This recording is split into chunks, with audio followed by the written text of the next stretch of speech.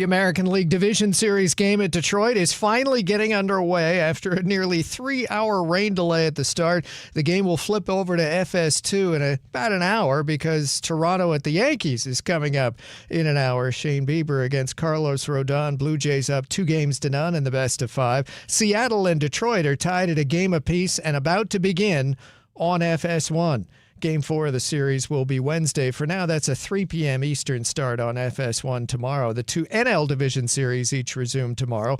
The new Tampa Bay Rays owners say their ballpark will be repaired in time for next season. Fox got the right to next spring's World Baseball Classic. The Bengals acquired quarterback Joe Flacco from Cleveland. The Colts signed kicker Michael Badgley. Wide receiver Odell Beckham received a 6-game suspension for a failed PED test last year. The Titans waived wide receiver Treylon Burks. I'm Steve DeSager.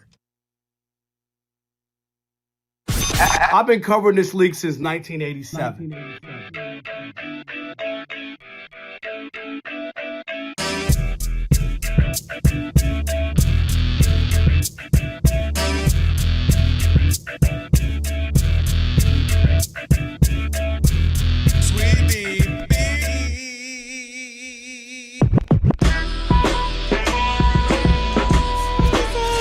Can this sports writer and this sports fan share a radio show without driving each other crazy? Now, live from the Fox Sports Radio studios, here's Fox Sports Radio's odd couple, Rob Parker and Kelvin Washington. Password. Dank, dank. Yo,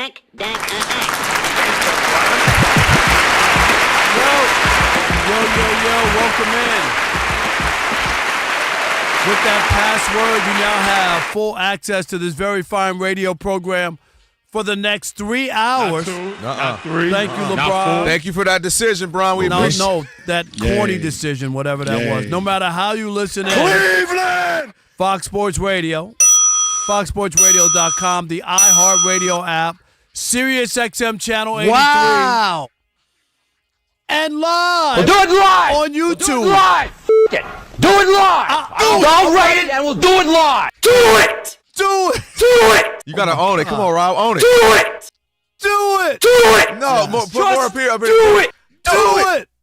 Like, Do it. more of that in. Do it. I'm sorry. All right. Wait, okay. Just pretend it was I like was choking. That's talking right. about how great Tom Brady is. Then you probably can do it. Do it. See, there you go. All right. I knew it. That's right. All right. Say my name. Rob Parker. Say his name. Kelvin Washington. And we are indeed the odd couple, Rob Parker Yes, and sir. Kelvin Washington, on a Trash Talking Tuesday. Your chance to trash anyone, anything in the world of sports coming up in hour number 2. And you'll need our phone number because we are, without question, the most listener-friendly national sports talk radio show on the planet. Guess what? I What's saw that? Ben Miller last night when I left here after 9 o'clock. He was coming in for his show. We gave each other a big hug. It was great because I hadn't seen him in a while. I didn't ask about Aaron at all. It was just Look at about you. me You and growing Ben. up. And it was great to see him. And he didn't say, why you keep mentioning me on your show, That's good. nothing. That's good. He said he never misses the I bet. I was just going to say, ready to say. All right. At least when people are awake, that's why we are. Only time it counts. Exactly. No doubt. All right. Write it down. Commit it to memory, 877-99 on Fox. For you laymen who can't figure out the numbers and the letters, let's do 877-996-6369. It's not trigonometry. There you go. And if you hear feedback on the line, it's all your fault. It means only one thing. You forgot to turn down the radio. That's right. All right. With that said, always remember. The Odd Couple was filmed in front of a live audience. Sweetie Beanie, yeah. All right, let's go. We got a big show on this Trash Talking Tuesday. Let me welcome in my co-host. He is Kelvin Washington. What's up, man? We finally got this game to start. It's ALDS, what is this, Game 3. The Mariners in Detroit. We had a little delay there, so finally getting it started. So we'll see what we got going on in this one. But it's be a good one, man. Ready to do it. So the game starting at 7 Eastern, and then the Yankees and Toronto Blue Jays start at 8 Eastern. Okay. So because they had them spread out, but obviously with the Yeah. So you got an hour. That's Yeah, which is good. Be which good to is flip fine. back and forth. Rob G will keep us in check because if it was anything like was it yesterday, Yeah. we had Monday night. This game. all over the place. Dodgers will play. No doubt. All right, let's welcome. We got a lot to get to today on this Trash Talking Tuesday. Let's welcome in the Odd Couple crew because we wouldn't be able to do this fine radio program without them. Rob G is our producer. Alex is our engineer back in the saddle. Steve DeSager Buns at the anchor desk. And Never heard of him. Elijah is our social right there, media that guy. guru. We missed you yesterday, Alex. We had great food, champipple, but I do have a bottle for you and your missus Thank to you. take home. I was okay? stuck in San Diego, by the way. You know? Yeah, No stuck car. in San Diego. Yes. I had no horse, nothing. Nothing. What do I do? Nothing. Yeah. Okay. So did you walk? It took how many hours did it take to I was get about to back say. there? So how did you get back? I took her other car, thankfully. Okay. Okay. Oh. Whoa. So don't ever come to me. She got other cars. She does. Whoa. She's got loot. Look at you marrying into the That's the right. money. You acting Me like too. Rob G. Me too. All right. Hey, there was a trade Blockbuster. in the NFL, Rob G, and it had ramifications for more than just one quarterback. How'd you like that setup? That was good. Without me having to say it up. Yeah. But then you had to bring it back up I'm now. sorry. Yes, there were actually a couple of trades today in the NFL, but Yeah. none bigger than what took place between the Cleveland Browns and Cincinnati Bengals. 49-year-old quarterback, allegedly, Joe Flacco, is going from Cleveland to Cincinnati for a swap of late-round picks. So has he played on every team in the North or not? Yeah. He getting there. Ooh, not the Steelers. He'll get there. He getting there. Give him Okay, time. so not the Steelers. Everyone time. but the Steelers. It's still early. They might be like, you know what? Aaron Rodgers is too young. We need somebody more veteran, more seasoned. That's right. Next to Flacco, he is too I young. know. But the side we're interested in is, of course, Cleveland, because with Joe Flacco out of town, all signs point to finally Shedeur Sanders being elevated to the QB2 job there with the Browns. Only one problem. Not What's so that? fast.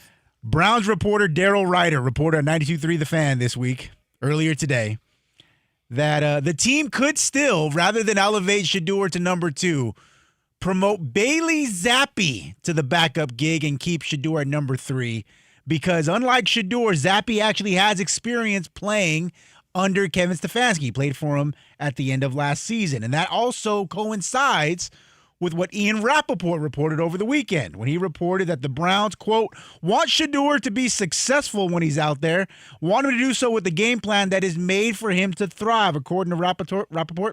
Expectation is Sanders will play at some point this season when he's ready, after he receives, quote, a full week of practice and a game plan that's built for him. So again, Joe Flacco traded doesn't mean that Shedeur, though, is QB2. Okay. I'm here I am. Mm-hmm. Is this on? I'm dead serious.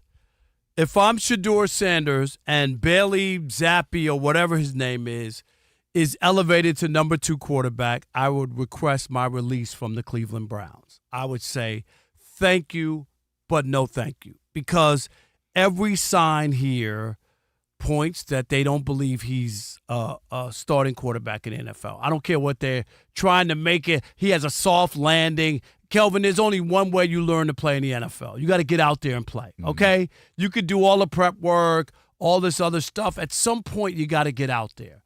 You can't keep pushing other people ahead of him and not allowing him to be in this situation. I just don't think he's going to be a star quarterback in the league, but there's a job for him in the NFL, okay? I believe that.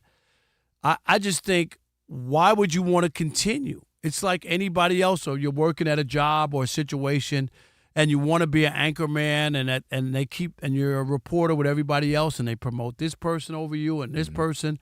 At some point, they've told you what they really think of you, right? Keep in mind, we're not talking big-time qualified people either. It's not like it's Zappi. It's not like, Right, okay, like I get Zappi it. won a Super Bowl or something Yeah. 2 years ago or whatever, or had enough success and maybe he was hurt and that's the reason that he's not where he should be. That these aren't the guys. That's what I'm trying to say to you. I knew Dylan would be the guy, I did, because he was drafted ahead of him. They moved up to get him. They wanted him, okay? So I'm not surprised by that. But at this point, it should have just been today Shedeur's the backup quarterback. What? That's so hard. Did you hear what I just said? Was that so hard to say for the Cleveland Browns, who will go anywhere but to the back of the bus? I mean, like, seriously, what in the world are they doing where they can't say that? My God, okay, he could be the backup quarterback. You could put him out there. Mm-hmm. He could be terrible, and you could say, okay.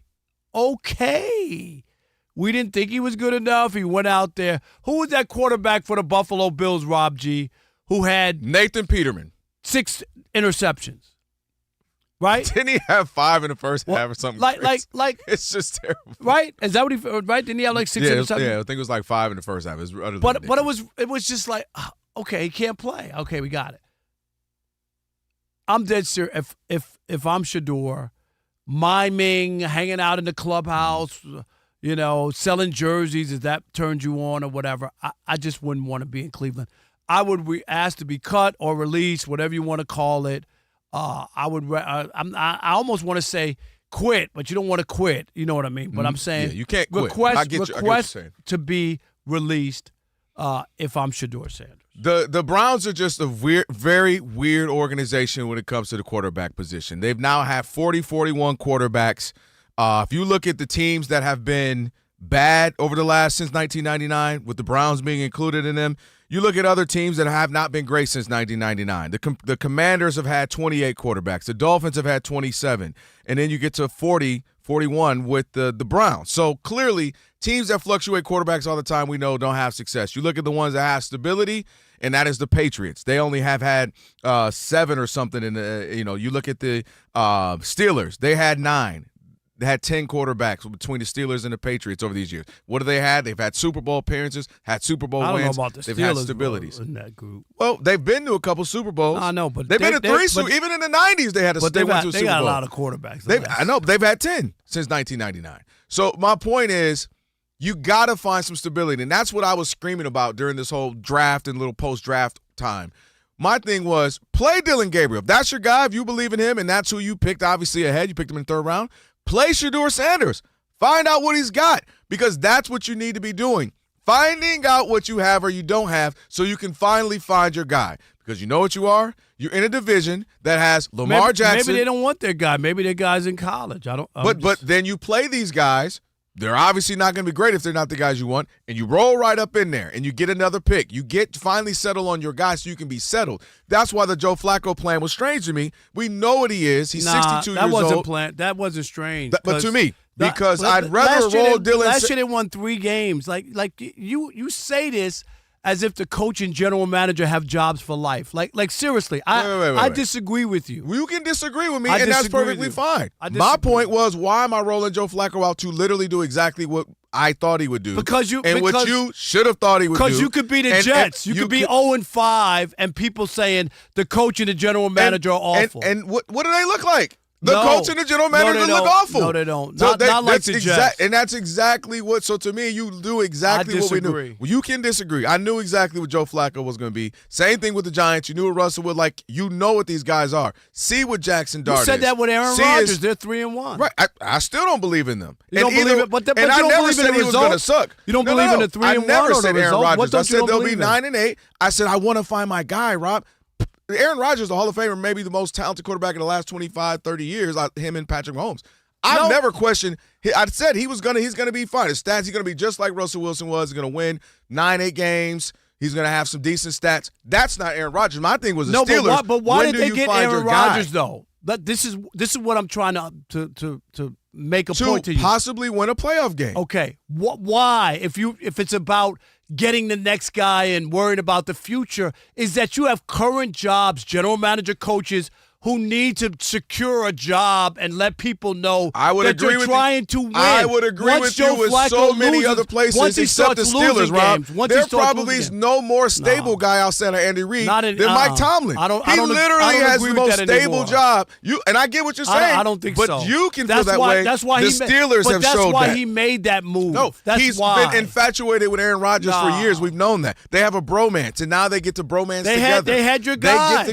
They had Justin Fields there, and they went Russell Wilson. No, but I'm saying they had him. He could have come back, and they could have said, well, here's the guy of the future. No, They need to win They a can playoff game. And that's my point. I'm doing all this to just try to maybe win, which I still don't even think they, they could be 9-8. But my point is, It with could be Cleveland, 11-5 you run out the guys. Dylan Gabriel looked okay. He doesn't look, I don't think he's going to be a world I thought beater. he did great. Yeah, he for looked first game. fine. Are you kidding? I have no problem with Dylan Gabriel. I don't. Dylan Gabriel might think be he your was guy. more than okay. He Run looked Dylan Gabriel out. good Well, to I'm me. not going to, because then Jackson Dart looked okay, and then the next game. No, he didn't. He had 100 yards. The first game he did not. Everybody, he looked fine. He did He didn't 100 look yards. great. He did not look great. Just like 100 Dylan yards? Gabriel looked fine. I have no problem with Dylan Gabriel. I think they made you Jackson run him Dart. out there. He had 100 yards. They were You brave and run ran. Shedeur out He's there. A star. You find your Star. guy. You give both of them time throughout this season. See if they can play. If they can, you got a guy. If they can't, you move on and you get another pick. That's been my whole thing the whole time. I didn't understand the Joe Flacco. You literally got exactly I what you ordered totally him. understand it. Well, we'll strongly disagree on that. That was the biggest waste of time in the NFL right now. You No, knew it's exactly not. They what do it Joe all Flacco. the time with veteran quarterbacks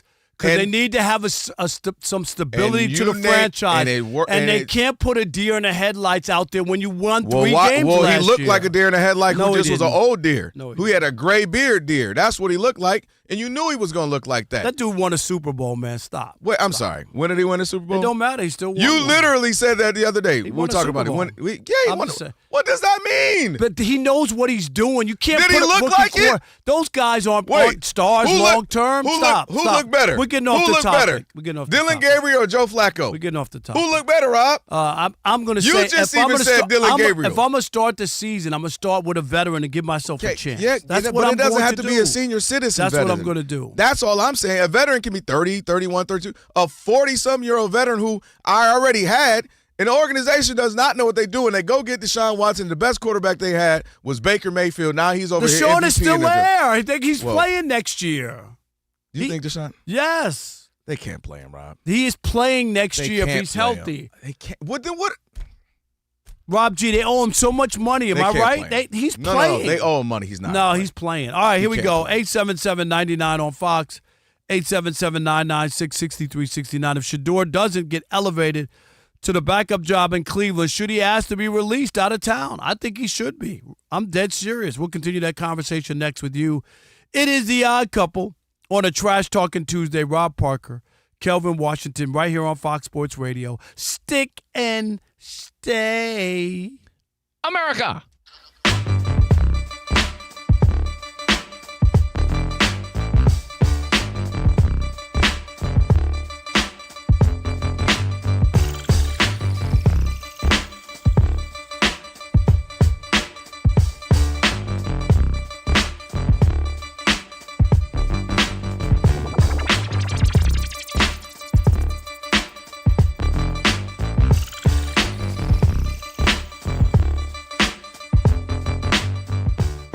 You know, me and you talked about the Eagles, Rob, obviously a couple of times over the last few years, and I can't make out what the heck the Eagles are other than they're starting to be a chink in the armor. Something's going on with them, and I think that last play, that Hail Mary that they could have caught, Devontae Smith looked like he was actually about to grab it, and A.J. Brown said instead of catching the ball, I'm going to catch Devontae's neck. It just body slammed his own teammate to the ground. And I think that play is more indicative of what the Eagles are looking like right now, internally and externally. A.J. Brown doesn't have the wherewithal to sense to say Devontae Smith might come down with this, so they both end up on the ground, and there's a shot of them just laying on each other at the end of that game. Something is going on, Robin. It doesn't make sense considering, they're the reigning champs. They've got time together, same coach, I guess a new coach. They got the same kind of core. So you would think they'd be locked and loaded in as far as where they are, and man, something is off. And a couple of things to note. Number one, the thing they've done nothing else. They've run the ball, right? That's what they do. They were second all last year, averaging 170. Yeah, but they had an unbelievable running back who had an unbelievable year, too. Right, well, that's what I'm saying. 179 yards. He's still there. Yeah, but the defenses are playing different. Saquon is not going to get 2,000 yards. He don't need 2,000. I'm How just about saying, more than 30 on 6 carries in the second half versus Denver? And something is off right now with the rushing attack. He's averaging 3.1 yards a carry, which is the worst for the Eagles in like 30 years. So something's going on with the running game, which is fine. Okay, you say, well, like you said, people are focusing in on the rushing now because that's what we've done well, so we're airing it out. As Rob G just mentioned, they're last in passing. They went a half without a completed pass. They've gone a couple of halves with only 7 yards once. How many games have they won? They're 4-1 right now. Okay. And they're a blocked field goal. They don't make that from being worse record. And they just something We is can sit off. here all day and talk about that. Right. A blocked field goal. Somebody fumbled. So somebody threw. Oh, if the Chargers didn't throw an interception, they would have beat Washington. They threw an interception. That's part of the game. And I hear you. Part of the game. Eagles I don't play that game. And the Eagles don't look good. I'm not concerned at all. I am because you were. I remember last year, and we can find the tape. Yes. You were going into the Super Bowl. Oh, look at Jalen Hurts. He don't look good. There's something wrong with them. I know you were hoping that, so that the Lions could beat them or something. So you were kind of talking. Nothing to do with the Lions. You were talking down about Jalen Hurts and how he was performing, and he was the weak link. And guess who was the Super Bowl MVP? It was the guy you thought was the weak link. So if we run the tape, let's run the tape. Let's be clear what I said. My concern with Jalen Hurts, and it still stands, my concern was if he were in a shootout, could he pull it off? It's not that Jalen Hurts can't win a game. He don't have to be in a shootout. Right, but that was my concern. If I have to say Jalen Hurts, go win it. Jalen Hurts has gotten the job done. He's had a heck of a career. I'm not even arguing that. If I said to you, right you now, would argue with wrong. me if I said nothing is wrong. No, you mean nothing is wrong. Nothing is wrong. They can't run the ball or pass the ball. Teams go through this. You said that about the Steelers. The Steelers can't run the ball. Aaron Rodgers is 41. No, I'm saying what you said earlier. Hold on. Listen to what I'm saying. You said that earlier. They're 3-1 and haven't even won a game at home. My point is, football is very simple. It's about wins and losses. Stop with the how it looks. How it looks doesn't matter. You're not. How you're it totally, looks doesn't matter. How it looks, okay. It does not now, matter. Let's pull if the. they Hold start on. losing, Let's pull the if tape. they lose 4 in a row, okay, then you could come back with that. So if Rob only would say this to Rob, because Rob sat up here the entire year last year knocking the Chiefs, who did the exact same thing. No, won all season long. They did nothing but win to the tune of 15-1. And then what happened? What happened in the Super Bowl? All I said. What happened in the Super Bowl? All they did was win. What I said was going to happen. Don't tell you spent it. What I told you was going to happen was that they weren't going to win a Super Bowl. Yes, I did. You spent the entire season telling me they don't look good. Something wrong. I don't like the way they win. This can't keep winning. You did. They can't keep winning like that. I don't like. That's what you said. So all I'm saying is the Eagles. Something is off with them because, again, I'm not saying that win. The difference is on that story is the Eagles have a track record. They won the Super Bowl, and people said they won one Super Bowl, and the Chiefs have won 3. Who has a track record? What are you talking about?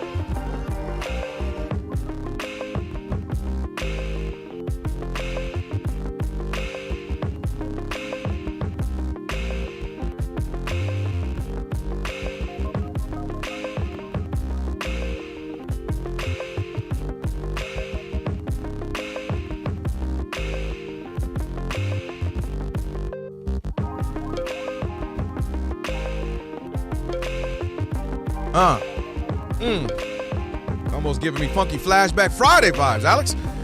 It's the Odd Couple, Rob Parker, Kelvin Washington on a Trash Talking Tuesday. And with the iHeartRadio app, you can stream us wherever you happen to be, catch us and all of our Fox Sports Radio shows live 24/7. And the new and improved iHeartRadio app, just search Fox Sports Radio on the app to stream us live all day, air day. And also be sure to select Fox Sports Radio as one of your presets in the iHeart app, so it will always pop up at the top of your screen. Rob, you just made a good point. We get to these calls here in just 1 second. We got baseball going, playoff baseball. We got first day of hockey going on, opening night. We got obviously football. We're in the middle of that right now, a couple weeks away from the NBA, so it's all starting, man. A couple of, just when it's all happening for sports fans. I'll say this. When I got married and moved to New York from Detroit, my wife and I had a Islanders season ticket package. A small one, like 10 games or something. And just imagine two black people in their 30s. You know what I mean? Outside of Detroit. We're at least in Detroit. Right. But my wife being from Detroit, she knew hockey. And she enjoyed going to games. So, we wouldn't watch it on TV. Right, but let's go have a night out. But have a night out. We'll go to the game or whatever. And she enjoyed it. We had a good time. The Islanders were my team growing up. Yeah. It's and that's the one thing about growing up in Detroit. The Red Wings were so good, 80s, 90s, early 2000s. So when people call them, when we had the show in Detroit, black guys would call them regularly to talk hockey, no other city, right? What is going on? Right. No. There's this blip of NHL was looking at our numbers. We have this random black demographic that loves our game in Detroit. All right. Taking calls on Shedeur. Is he the quarterback number 2? Should he be released and move on? 877-99 on Fox. Who we got? All right, David in Lexington. You're on the Odd Couple Fox Sports Radio. What's up, David? What's up, guys? Yo. Hey, man, can't we just stop it? Just like you mentioned, we got all this great stuff going on this time of year, and we're talking about a third-string quarterback that wasn't even their first pick as a quarterback this draft. Not a starter.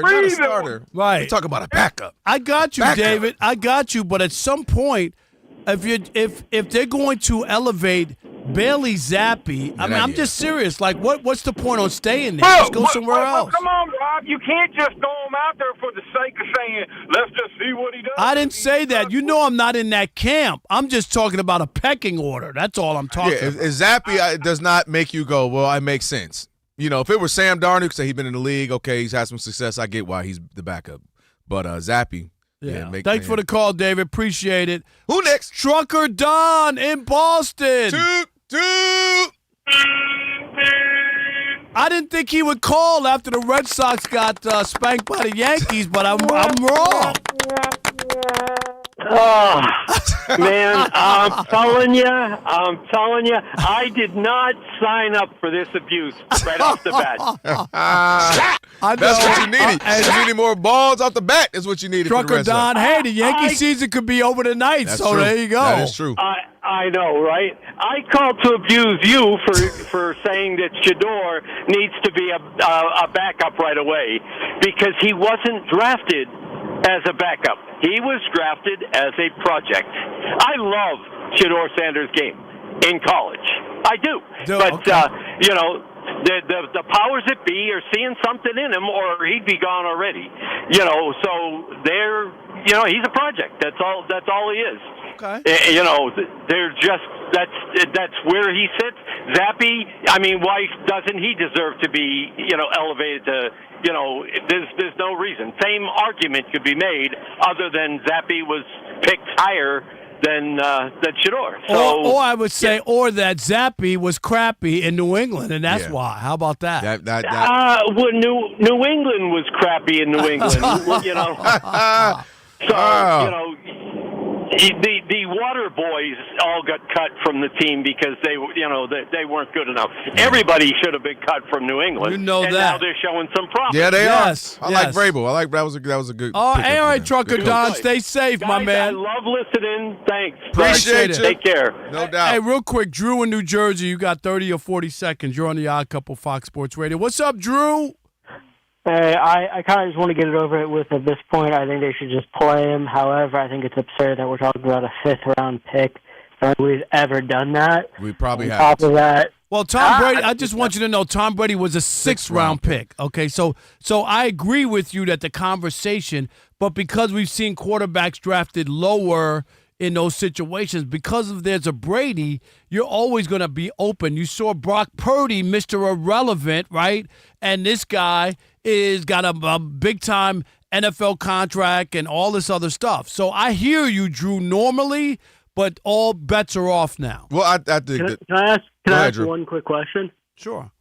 How come there's only one coach in college football that doesn't get any blame for the team he puts together, even though to me that's literally the job of a college coach? They have the most power. How come Deion Sanders doesn't get any blame for not having an offensive line? That's an easy answer because it's Colorado.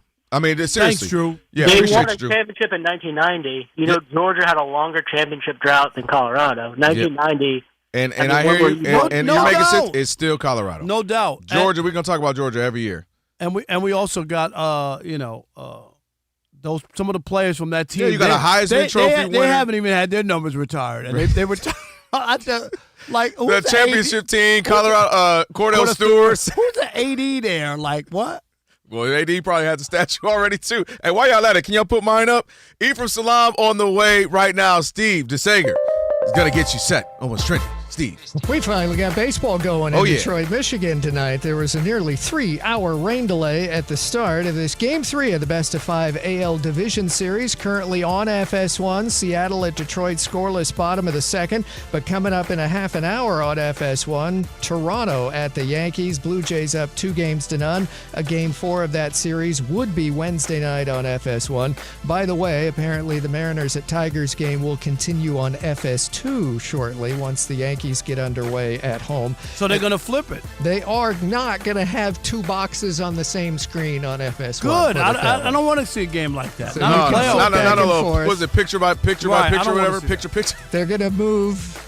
Well, everybody's scheduled for a Yankee home game on FS1 at 8 Eastern. It's going to be that way. They're going to flip the Detroit home game to FS2. Okay. The two NL Division Series each resume tomorrow. Looking ahead, if there is a Game 5 with Seattle and Detroit, and it's tied at a game apiece right now, chance of rain in Seattle on Friday where a Game 5 would be.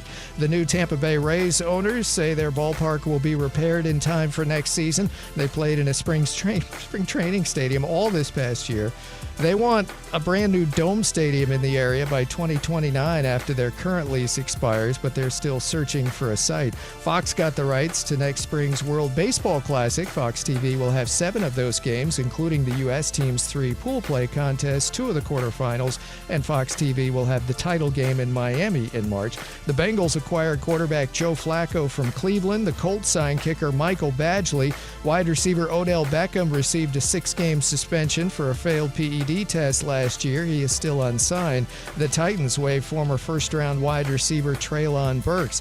And the NHL is having its season openers tonight. Well, 3 of them. The Panthers have taken a 3-2 lead on the Chicago Blackhawks under 10 minutes to go. Coming up in a half an hour, it is Pittsburgh at the Rangers. The late game will have the LA Kings hosting Colorado. Back to you. Thank you, Steve. Appreciate it. I'm just laughing at Odell Beckham. Like, how does that work? Does he, like, somebody block him from leaving his house for 6 weeks because he wasn't playing anyway? Yeah, no, he can't play for anybody or do anything. But I don't think anybody wanted him anyway. It's the Odd Couple. Rob and Kelvin on the Trash Talking Tuesday. That's about a little over an hour away. Aches and pains, well, you can sneak in during the holiday hustle and bustle. You know how that goes. Aleve can help you forget the pain, make happy memories instead. With just one pill, Aleve provides up to 12 hours of body pain relief so you can keep moving. Use as directed. Joining now, as he does every Tuesday, our man, Ephraim Salaam, former NFL offensive lineman, Fox Sports Radio Weekends. Ephraim Salaam on X. E, what up? What's happening, brothers? How y'all doing? Doing good, man. Doing good. I want to jump in here with the first question, and I want you to drop dime on NFL players and just be honest and clean. Okay. Oh, you snitch incoming? Yes, I want. Yes, I want you to just drop dime. Okay, so Odell Beckham Jr. with the PEDs or whatever, and how rampant is it in the NFL? Because I think it's probably, starting off hot. No, I'm dead serious. Like, how rampant is it? Seriously, and I know everybody doesn't get caught or whatever, but is it? Because I think during the Barry Bonds, 75% of the players probably tried it, or you know what I mean, dabbled in it, or using right, them, and whatnot, and maybe got off of it. But I'm wondering the NFL, seriously, what would you say if I asked you for a percentage of what you believe players using something in the NFL? Well, let me just say this: when you compare it to baseball, you got to remember the benefit outweighed the punishment in baseball. And I thought if baseball really wanted to be serious about cutting down on steroid use, if you got caught with PEDs, like really caught, then you void your contract, right? Like, so if you signed a 10-year, $350 million contract and you got caught with PEDs and you were suspended for 50 games, it worked, right? You did it. You made it. And so if they were to say now you're voided from that contract and other stipulations, that would really deter people. Now, in terms of football, guys there's so many different types of supplements that you can use now. They have legal supplements that can mimic what, we thought steroids would be able to do. So guys are now being able to take care of their bodies more so now than ever with being vegan and all of these things that can give you the desired outcome. So with medical science, with more technology, and with real nutritionists and science and trainers, guys are finding ways to enhance how they work out, how they sleep, how they eat, which would give you a desired effect that just taking a steroid would do. So I don't think it's as rampant, especially for current players, as one might think in the NFL. It's funny. Lala Zato, right? Yeah. If you look at his Wikipedia, he talks about he was using that stuff in 1969. Like it's not new. Like a lot of people think it's like some sort of new thing. No, well, look at all the Mr. Universe contests. Yep. Right. Schwarzenegger talked about using it. Like it came from the bodybuilding culture. Yep. Matter of fact, I wanted to pop a couple pimples on Arnold Schwarzenegger's back. I'm just saying. Did you? You on your own? You on your own? Yeah, that's a weird desire that you had right there, Rob. Pause. That's a super pause, right? Yeah. Hey, we're gonna have some conversations about this a little bit later on, but just your thought from the game last night. Trevor Lawrence, kind of his coming out party. Well, if that's his coming out party, then he may need to go back inside. I agree. Thank you. I'm with you, brother. They won despite him trying to give it away. Like, look, he made a couple beautiful throws. He made some throws in that game with only like 5 people on the planet Earth can make. But he also did some things: clock management, taking a sack when he wasn't supposed to, falling, fumbling, stumbling into the end zone. Like there's some things that Trevor Lawrence, at this point in his career, he should be past those things. So that is why I'm not all the way sold on the Jacksonville Jaguars. I know they're 4-1, but he's like stumbling into wins. And for me, at the quarterback position, as touted as he was, as the golden one, as the savior, he has to be better. Let me ask you this. this. They're winning these games despite him. Let me ask you this. I looked at last night's game, and I looked at it from a Chiefs perspective. Everybody thought they were rolling now after they blew out Baltimore, and now you realize everybody blows out Baltimore, scores 40 points. And that ain't it. Because even the Texans, who can't scored 40 points. That's great. I mean, really. And but last night, Patrick Mahomes with the interception at the goal line, that turned the game. The Chiefs gave up a 14-0 lead, right? Gave up a lead. And Ephraim, this is how they won those games, those one score. They were 11-0 last year in one score games, now 0-3.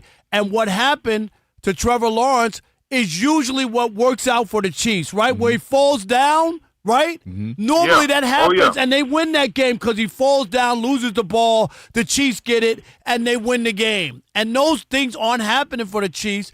I don't care what anybody says. That was a bad loss for the Chiefs last night. It was, and they tried. Jacksonville tried. Trevor Lawrence quarterback sneak on the 1-foot line.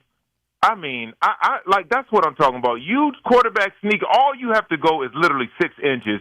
It gets hit out of your hand into a defender. The ball just dropped into his hands. Right. Like those are the things I'm talking about with Trevor Lawrence. But normally, like you said, Rob, those are the things that always work out for the Chiefs. Am I right? They do.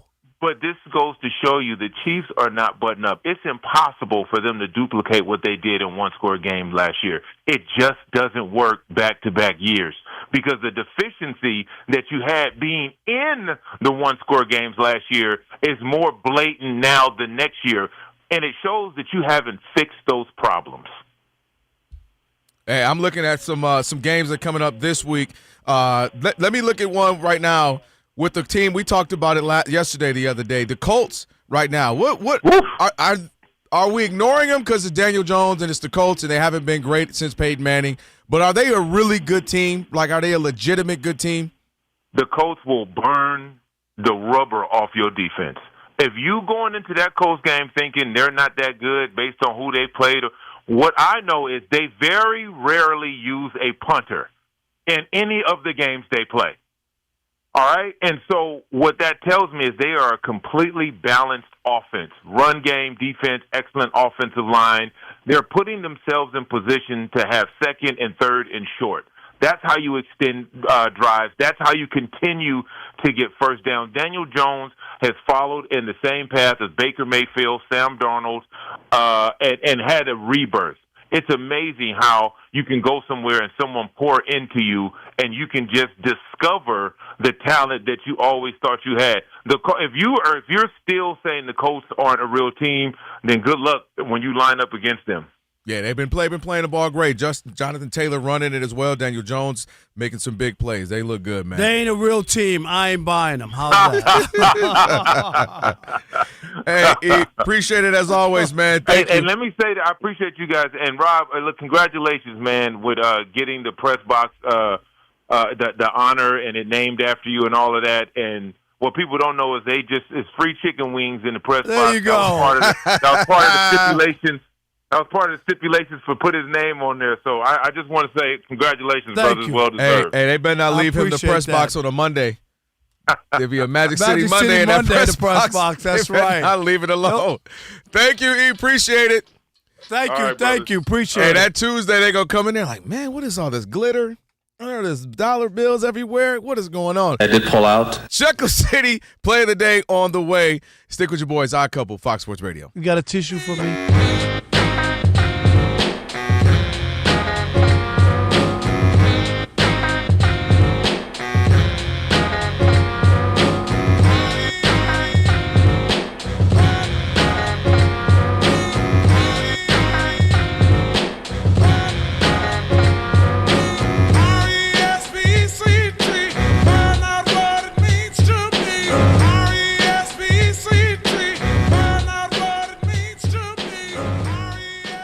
I said this after week one. You did. When they blew the game in Buffalo. At some point, John Harbaugh, come on. Really? Is this what? And I get it. Lamar's out. You want to use that as an excuse. Mm-hmm. You can't use it as an excuse because the defense gives up 40 points, and it started in Buffalo when they blew that game. Mm-hmm. Lamar and them came out and put a 40 piece on the opening night on the road, and they lost. And I said, John Harbaugh should be fired. And everybody, oh, you're a prisoner of the moment. Oh, you're going to get the coach, blah, blah, blah. And now look where they are. They're in a hole that they're not going to get out of. I mean, this is like going to be a wash season. They're not going to fix this. The DC doesn't get fired after they gave up six touchdowns to the Houston Texans? Seriously. That alone, wait a minute. They scored 5 touchdowns coming into the game all season, and they got 6 on us? Dude, where's your key and clicker, okay? David Carr so mad. He's like, why couldn't I have that defense I had to face? I could have stayed in the league. Right. David Carr somewhere. Matt? You think I'm crazy? I'm serious about Harbaugh. I know you are. When you start holding on to your guys and nobody is held accountable, you talk about players being held accountable, right? Mm-hmm. Where's the coaches?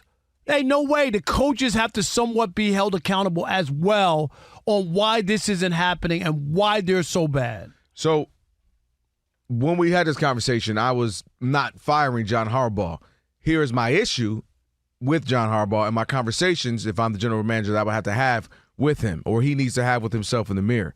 Couple of things. Number one, you talk about the defensive coordinator who is still safe. You don't have to update his LinkedIn page as we speak. But when I look at these numbers, you can't be this. You can't be last in points allowed per game, which is obvious as we talked about. They're giving up points to everybody, 35.4. You can't be the worst defense. Rob, how many yards do you think they're giving up per game? 320. 407 yards a game is crazy. Pass defense, you're second to last, giving up 266. And in run defense, you're 27th, giving up 141. That's horrendous. You can't be bad at stopping the run and stopping the pass. Absolutely horrific. Here's another issue I have. They lack awareness right now because he's probably thinking, man, sometimes I hear him talk as if they were a play or two away. Man, we just, we got to tighten up. He's making it like, oh, man, if we got a bad pass interference call or, man, we had the one bad fumble. No, I just read you the numbers of how bad it is. Also, you know what I think is happening to them? And this happens when you have greatness. I think they've gotten Lamar Jackson spoiled. Where the defense is used to, we're going to put up 30 to 45 points. We'll be good. Even if we get down. When me and you sat here, what do we do? Oh, they can go down 0-3. They'll be fine. It's Lamar. And I think the team as a whole and the defense specifically has just gotten used to, we got Lamar, we'll be all right. And that isn't how you operate if you're trying to get to that next level. You should be saying, man, we got Lamar all week. We want to help Lamar. We want to make sure we are that additive to him so that he ever has a bad night. God forbid Lamar Jackson ever have a bad night. Right. If he loses, a couple of interceptions, we got his back. And that's what the Chiefs were able to do. Patrick Mahomes wasn't great last year or the year before. But they were his defense able to hold it down. When Peyton Manning finally won a championship? What did we say? Man, if he ever had a defense, finally had Mathis and Freeney and Bob Sanders and those guys, and they had a defense that can say, hey, if you're ever just normal, like they were in the Super Bowl they won, remember against the Bears, they weren't great. Thankfully, they had a defense that can hold it down as well. My point is, I think the Ravens have gotten so Lamar-centric that they haven't figured out another way. And But this is really bad. Like something internally is wrong. I'm not saying they're going to be the greatest defense. This isn't the Ravens defense that won a Super Bowl. Ray Lewis ain't walking through. Exactly. You know what I mean? But this is 40 points a game, and to cough up that game in Buffalo. You remember where Josh Allen had 275 yards or 250 in the fourth quarter. That's not like a mishap, like somebody made a bad play or got turned around. That's like you're not stopping anybody. The Lions rushed for 250 yards. Like that. Like there's something else there internally that can't be all the players, and that's why I'm saying at some point, what will it take you to say John Harbaugh won a Super Bowl? I was like many years ago. And it's been nothing but disappointment. That's why I'm saying I think it should be time.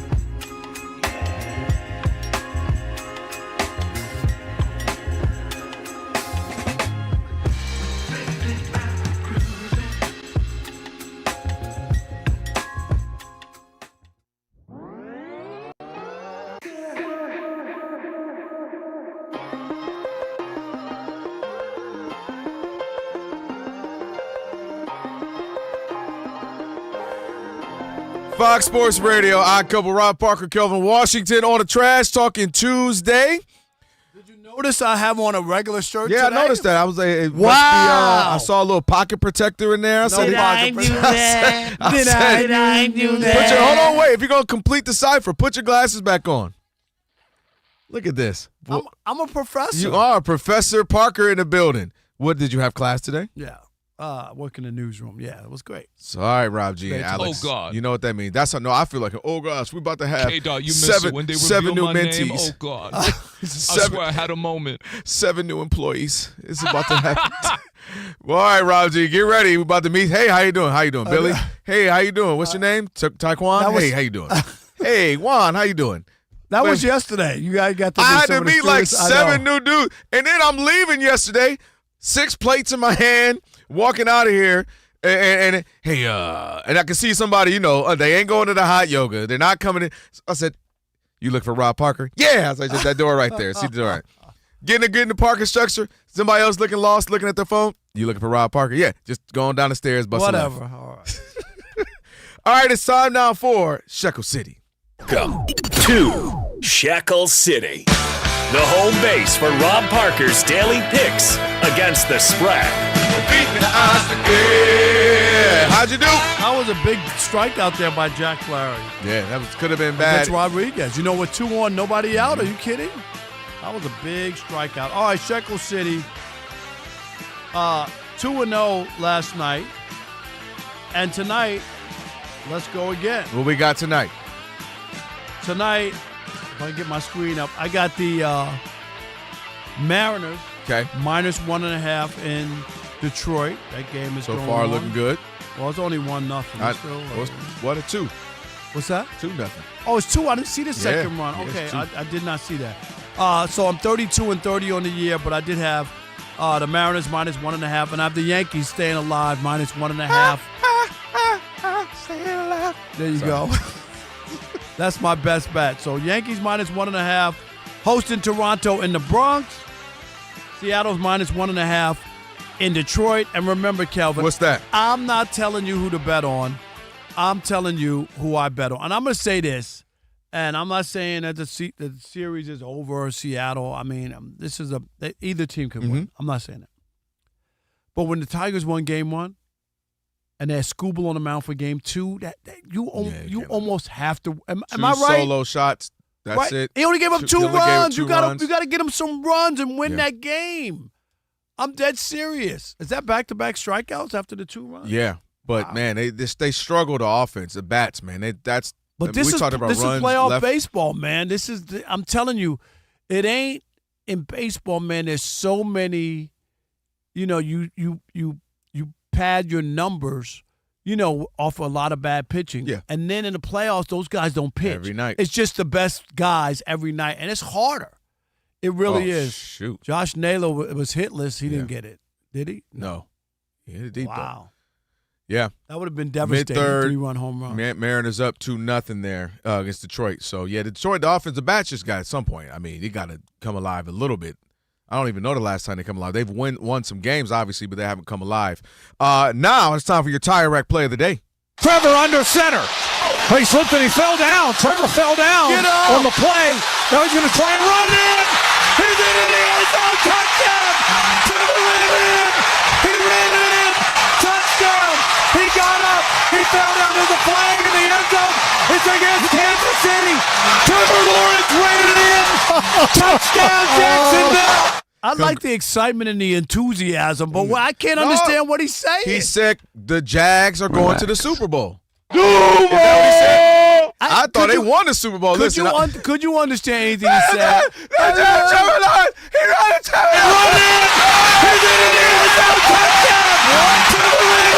Hey, listen, man, it's been hard in Jacksonville. First of all, it's hard because it's just Jacksonville. Secondly, it's hard because it's been the Jacksonville Jaguars, and it's they got a little excited right there. That was their Super Bowl. Jags Radio on the call. That is your Tire Rack play of the day. Jacksonville's it reminds me of, was it Sal Marciano was a sportscaster who worked at ESPN, and when he left or whatever, I don't know, his contract was, or whatever it was, and I think he wrote or tweeted or put something out, happiness is seeing Bristol, Connecticut in your rearview mirror as you drive away. And I just thought, Jacksonville would be the same thing, wouldn't it? There's a lot of people who probably like that tweet. For over 40 years, Tire Rack has been helping customers find the right tires for how, what, and where they drive. Ship fast and free, backed by free road hazard protection with convenient installation options like mobile tire installation. TireRack.com, the way tire buying should be. Duval. I can't even say how wrong he said it, dude. That was the best part about it was, how you go into a situation, I'm about to kill him with this one. He was waiting, man. You should be ready. You don't want it to be, pre-scripted because then it doesn't sound right. And that man said, Duval. I looked at everybody no, that's not it, bro. Duval. And I remember the first time. I remember I went down to Daytona Beach for spring break, spring bling back in the day. First time I ever heard everywhere we go, because in the Daytona Beach area. Duval. Everywhere we went, I was like, what is Duval? They're like, Duval, just a county, Duval. I'm like, I had nightmares of that after that weekend down there in spring break. Duval. But they got a big win, though. That's a good win for them. They sitting around 4-1 right now. Don't do Jacksonville like that. It's a beautiful time. When you're on the freeway and you're on that bridge leaving, it's beautiful. Don't do that, Rob.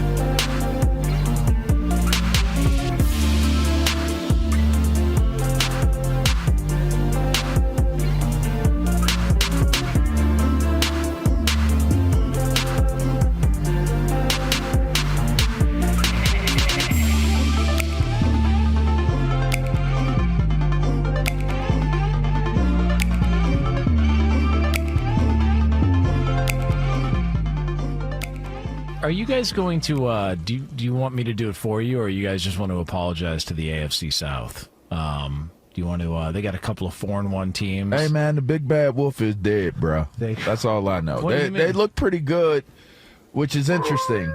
Yeah, he dead and gone. Nobody's afraid of this Kansas City Chiefs team anymore. There's no fear factor. There's no, I hate to say it, there's no Mahomes factor anymore. They are going to have to win games now from here on out because nobody's afraid of them. And I think this Jacksonville team is a pretty damn good team. I did not expect them to be this good. I'll be the first one to say that. For me, I didn't think that they would be at this record at this juncture in the season. But watching them play against Kansas City, I mean, you're talking about a team that has borderline been a dynasty team, if not a dynasty team, and probably were at their strongest with their personnel. You know, they had everybody back last evening, and Jacksonville just, you know, they were better. I thought they were better. I mean, if they don't fumble the ball on that one goal line play, I mean, it was a close game, but I don't think that it was super close. Like I felt like they were the better team. You know what's interesting too? Let's go back and review their season so far. They lost at home, or I guess not at home. They were the home team, but Chargers week 1. Then in what was that? Mexico City? Where were they at? Brazil. Brazil. They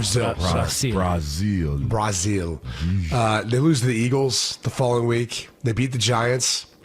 It's not really a great win. They beat the Ravens at home handily, but again, Ravens are struggling. And then they lose to the Jaguars. Like I just think when you look at like who they've lost to, who they've beat. It's like, well, they haven't really beat anyone. Yeah. Well, when you look, all I'm saying is if you look at the rest of the schedule, I mean, they've got the Raiders on there, but things pick up. They play Detroit next week. They've got the Bills, Broncos on the road back-to-back weeks. Colts, who, as Jonas pointed out, that are in the AFC South, this division that's tough. At Dallas, who's, I think, exceeded our expectations maybe. Has been a little bit better than we thought. Dallas has been a little bit better too. Yeah, they've been a better team. The only thing they have going for them is they play the Raiders twice because they're in the AFC West. They still have the Titans on the schedule. But they've got a tough stretch of games. And I don't know, man. Like, I'm looking through the rest of their schedule. I think getting to 9 wins is going to be really, really tough. All right. I'm just calling how I see it.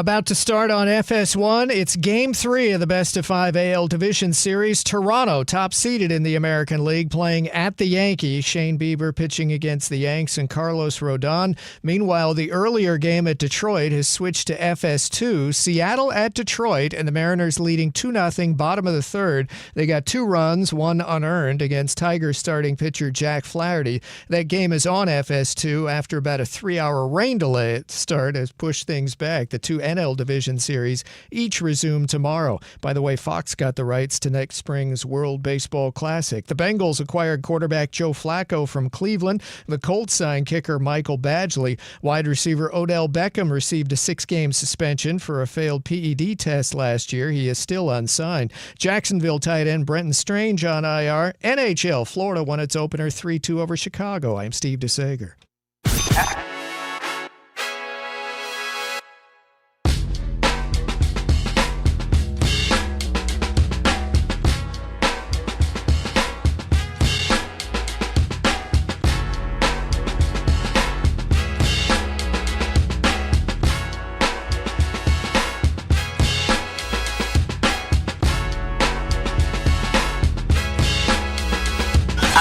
Can this sports writer and this sports fan share a radio show without driving each other crazy? Now, live from the Fox Sports Radio studios, here's Fox Sports Radio's Odd Couple, Rob Parker and Kelvin Washington.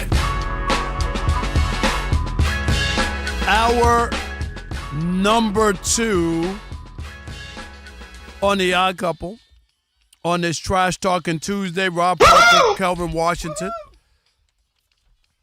That's right. And be sure to check out our brand new YouTube channel. You hear us talk about it. That's right. Go watch it live on YouTube right now. Do it. That's right. Do it. Do it.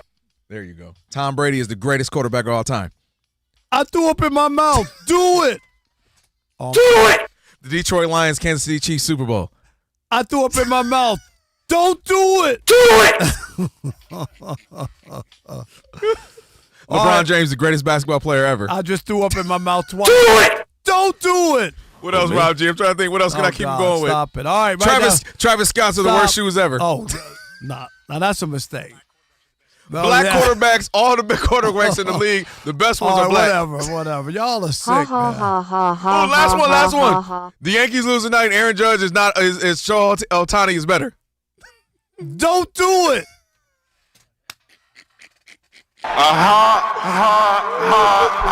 Thank you, Kawhi. Right, I appreciate it. That's right. Hey, just search Odd Couple FSR on YouTube again, Fox. It's Odd Couple FSR. Be sure to hit the subscribe button. Don't stop there. Hit the thumbs up icon, comment away, all that. Let us know who's doing great on their takes. Check us out. It's the YouTube channel. And the Odd Couple has a channel now there. Watch us right now. Just search Odd Couple FSR and subscribe. Don't forget, coming up in 27 minutes, Eric Williams. He's a reporter for Fox Sports on foxsports.com. He'll join us, do some football talk, and then trash talking, your chance to trash anyone, anything in the world of sports. You'll have 30 or 40 seconds. We will not interrupt you. We will not stop you. You get to say your piece. So you got that and much more coming up in this hour. Number 2, Rob G.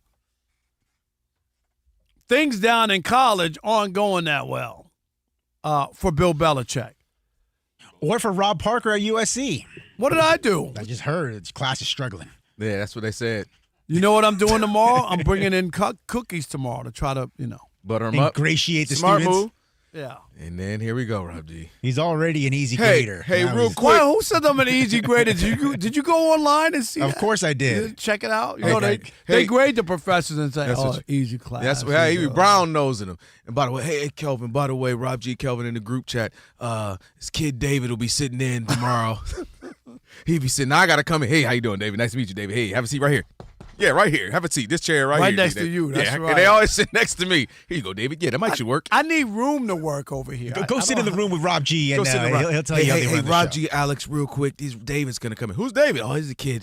He's great. He's great. You're gonna love him. You know, you guys, I'm trying to educate. We were too nice to you. All right, enjoy your day yesterday and your It's weekend. all It's a over. wrap now. It's over. I'm trying to educate the youth of America. No, he's getting Rob G free labor. That's what's going out here. All right, yes, back to college football. You mentioned it. Bill Belichick and UNC, they have been a laughingstock of college football to start things off. Their only wins are against the used to be Division II programs. They just got waxed by Clemson, and Clemson's not any good this year either.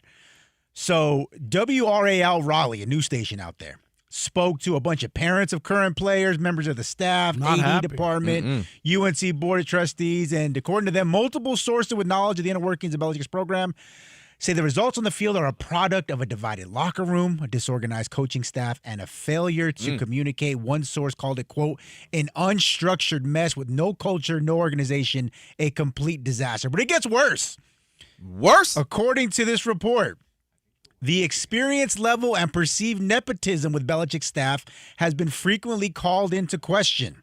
It's being questioned by players and parents and the media, with one source saying, quote, the lack of experience the coaches have is ridiculous. And according to sources, there's a board in the UNC football facility that lists people who have missed workouts and class. Try to keep them accountable, right? The only problem is some of the guys that were brought in by Belichick or are seen as close with his son or other specific staff members show up on the list but never receive any kind of punishment because they're seen as Belichick's guys. It's all bad for Double B. I'm going to say here, Kelvin, can I start? Yeah. I think UNC should, seriously, bite the bullet. Because this is not long-term already. This is not going to end well. This is not going to be good. What was the documentary that they pulled the plug on? Oh, yeah. Hulu's already pulled the plug on that. Yep. Okay, because it's a train wreck. And that says a lot. Because normally people want to watch train wrecks, right? They just realize this is a mess here that's not really worth it. So it's just a mess. And I brought this up too. We talked about the nepotism and the cronyism and all his boys. This is like a frat party. Everybody I know, I'm going to hook you up. We got this job. We're going to go down to college, take over. I got jobs for everybody, my family, my friends, all this stuff. And there are no results. They got a girlfriend, again, doesn't fit in, right? Like it's a mess in that situation. You have all these issues, and then you're not winning. What do we talk about? Winning covers up everything. Winning is the best makeup you could have. You'll accept anything from anybody as long as you win. When you stop winning, it's a problem. And I just don't see this as long-term. They're already got players who are disgruntled, who will probably bow out. Other good players are looking at this saying, what's going on there? Oh, it's a mess, blah, blah, blah. Do I really want to go there? How long is he going to be there anyway? If I go and commit, absolutely, this guy might have a pork chop dinner and he's not the coach anymore. Hey, yo. I'm saying he's 2 pork chops away. All right, first of all, there's so many ways to start with this, Rob. Let's start with, first of all, UNC should stand for UNC. UNC, this ain't it. UNC, this ain't it. UNC, the way you were running this establishment, this organization, this school is not it. Let's start from the scratch. He never wanted this job. UNC didn't want to be here. UNC was trying to be coaching the NFL team. 99% of them didn't want him. You talked about the Falcons maybe did. That didn't work out. So now he's like, well, I'm going to go prove that. I'm going to show them. He didn't want this. What's required of you? He had the Falcon job, and he messed around, and they pulled it back. Yep, and now, again, he's in this situation with UNC, and UNC didn't want this. So let's start there. Rob G talked about things that you never used to talk about with Bill Belichick. You never talked about structure issues. That was what he was great. If he wasn't great at nothing, he was great at structure. He was great at, the putting in kind of the schematics. This is what we're going to do. This is no distractions. No distractions. Now he is a distraction. His girlfriend's a distraction. Again, that's his personal life, but it is a distraction. And I also, no accountability, right? It's just, and we're hearing in the thing, the players he brings in, there's no accountability. They're missing class. These are things you would never happen with a Bill Belichick ran team. At this point, he's just collecting money. He's just collecting money. Matter of fact, Bill Belichick. Bill Belichick is what he's doing. How much they owe me? They owe you $10 million this year, okay? But Bill Belichick, because that's all he's doing right now. And you know what? I don't know what it is or how much it is. Rob G, how much is it? I think it's 20 million for him to leave. It would be 20 at the end of the season. 20 at the end of the season. Call Michael Jordan, tell him to sell a few extra shoes, and get Bill up out of here. You and I never agree on much, This was something we agreed on both. That this wasn't. We it didn't knew make this sense beforehand. from the jump. And all he has to do is call up Michael Jordan and say, "You remember when you left at halftime of the first game? Everybody was here. Okay, yeah. Okay, can you clean this up for us? Because call Roy Williams. You know, who else was there? It was like a few. Randy Moss was there. It was a handful of other people. Call them up. All you have to do is say, Mike, can you sign us 200 pair of Jordans, and we'll auction them off, and we'll have the money to pay this dude to get this up out Am of I here. right? No, for sure. That's all it would take. We didn't even have to go into his own pocket. Let me tell you also something else, too. When you tell me that you pulled a show because of all the controversy and all this stuff, so you pull a show, when you tell me that you basically can't mention anything that has to do with the Patriots, you've shown me this is already a bad thing. You're supposed to be so locked into what you're doing. I don't give a dang about what the Patriots going on. Honor them. Don't honor. I don't. We're locked in right now. But Drake May played there. He's one of your own. That's what I'm saying. But I'm saying for you to like the organization and the football athletic director and program can't put up we so locked into what we doing. Our next opponent, we don't think about that. But when you're pulling shows, you're worried about the Patriots. That just lets me know you're not all the way in. So he was never in this for the long haul. If at best it was going to be an alley-oop for his son. But the way this is structured now, got a bunch of guys who aren't built for this. College football is not the pro football. It's not. It's a different beast. What's required of you is different. And Bill Belichick is, 71 or 2? How old is he? Or 73? He's the oldest college football coach. Dude, it's just he was not. So he's going to be here for the next 4 years? No, what player is going to commit to him? None of us liked it from the jump. And what you kind of need, Mac Brown was old, but Mac Brown had personality. Mac Brown had charm. He had been in college football for years. But this is what I was saying. Like, he took this job for his son. That's what I said. It was the alley-oop for him. Right. I'm going to set it up and throw you the alley-oop. And now that might come crashing down. I'll so tell yeah, this him is and just his bad. son to get out. You ever take everybody with you? You ever seen that, that old man, you got that uncle, that guy who gets the new girl, and all of a sudden he starts, hey, man, let's go hang out. And he's got a whole new outfit on. His hair is dyed a certain way. What are you saying to me? I'm not one talking to you. My hair is you not would stay dyed. strong. Right. You would stay strong. You would be you. I don't have a new outfit on. And you just like, and his whole demeanor changes. Used to order beer. Now he's ordering like a martini. You're like, what? This is what it is. This is Bill Belichick right now. This ain't the Bill I knew. His friends are sitting around right now like, man, this ain't the Bill I knew. Because Bill I know would have structure, accountability. The Bill I know wouldn't give a dang about no Patriots or other thing. He's locked into what we do. The Bill I know will have tunnel vision on how we're gonna win, man. This ain't the Bill I know. Bill just wants to retire. Y'all know that, right? He just wants to go away. But she's like, no, come on, you've got more in you. Let's do it. Prove it to them, baby. You're God. Bill's what she sounds like? Yeah, Bill's like, I'm tired, y'all. I've been coaching football 45, 50. I'm tired, boss. I just want to go home. That's what I'm calling him. UNC stands for Unc right now. And Bill Belichick, it's a wrap. I don't know. Rob G, jump in. I'm just curious. All right, we both think. Are you with us? Are you Well, you know he loves old people. I do love old people. I know. But even I said this was going to be a train wreck. Yeah, this Like what were they thinking? I'm serious. I'm dead serious. What were they thinking? And isn't he 73? He's looking it up. It's something like that. 72, 73. But I'm just saying, like, my whole idea is the oldest coach in college football. He's 73 years old. What player, 18-year-old, is going to commit 4 years to you? And no, not, I'm serious. Not who's been Think there, about too, that. right? Like, where it's like, oh, he's had this 25. If it was Nick Saban, who's right around That's the same age, I different, believe. but that's maybe a little right. year or two younger. That's different. I'm going to play for Nick Saban in Alabama. Ooh, this is a new. Want to come to our new program? I really don't know what I'm doing, and I got 50 new players on my team. And then say, like, you look and you're that player and you go, okay, look at his girlfriend. This guy's going to be in traction before midseason. I'm just saying. I'll tell you what. Belichick is lucky that he and his cronies are not as glib as Deion Sanders was. Because they did and said a lot of the same things that Deion did when he got to Colorado. That's true. Yep. Mike Lombardi was going on podcasts and interviews talking about we're the 33rd We're about the NFL team. Yeah, we're the ones. We're going to prepare everyone for the next level. And he was already a difficult personality before he got there. Like, there are people in media who just are not a fan of his. So when you take that stance at this location and you have all of the pomp and circumstance, you have the girlfriend causing all these distractions, you got Vladdy hitting another home run here on TV. Yeah. Dude, what I don't understand Pitching to him. is they do the same thing over and over. Like, this guy has killed you. So what do? You Right walk the over the guy. plate. You walk the guy ahead. You got to go after him. So if you're going to pitch to him, you can't have anybody on base. This is an 0-2 pitch right over the plate. Like what? Like really? You're shocked that he hit it out? Is he an MLB bro?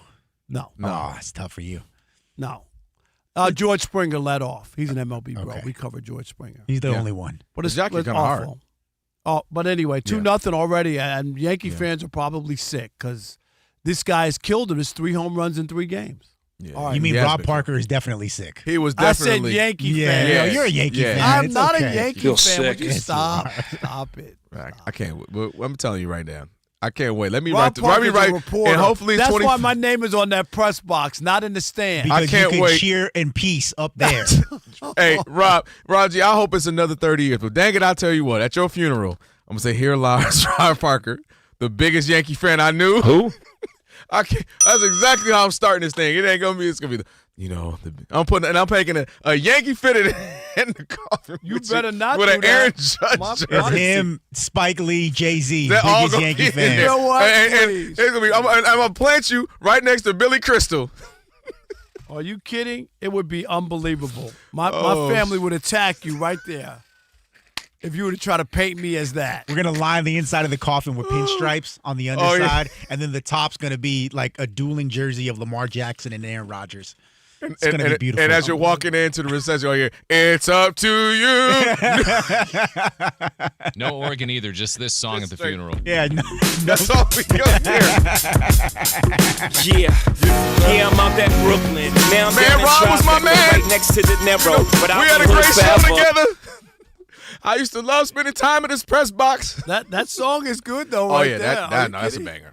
If I feel like I put a Yankee cap on and some Timberlands, when I hear that song, like, No doubt. everybody's from New York. All right, LeBron James bricked again. Oh boy, We'll get into that next. Yes, yeah, sir. you, bro. It is the Odd Couple Yay. here on Fox Sports Radio. Rob Parker, Kelvin Washington on a Trash Talking Tuesday. Stick and stay. Because at Rob Parker's funeral, you will hear this in the US of A. Yeah. Oh, God. I just want to say one thing on my way out. Aaron Judge, oh, God, you made me question sometimes.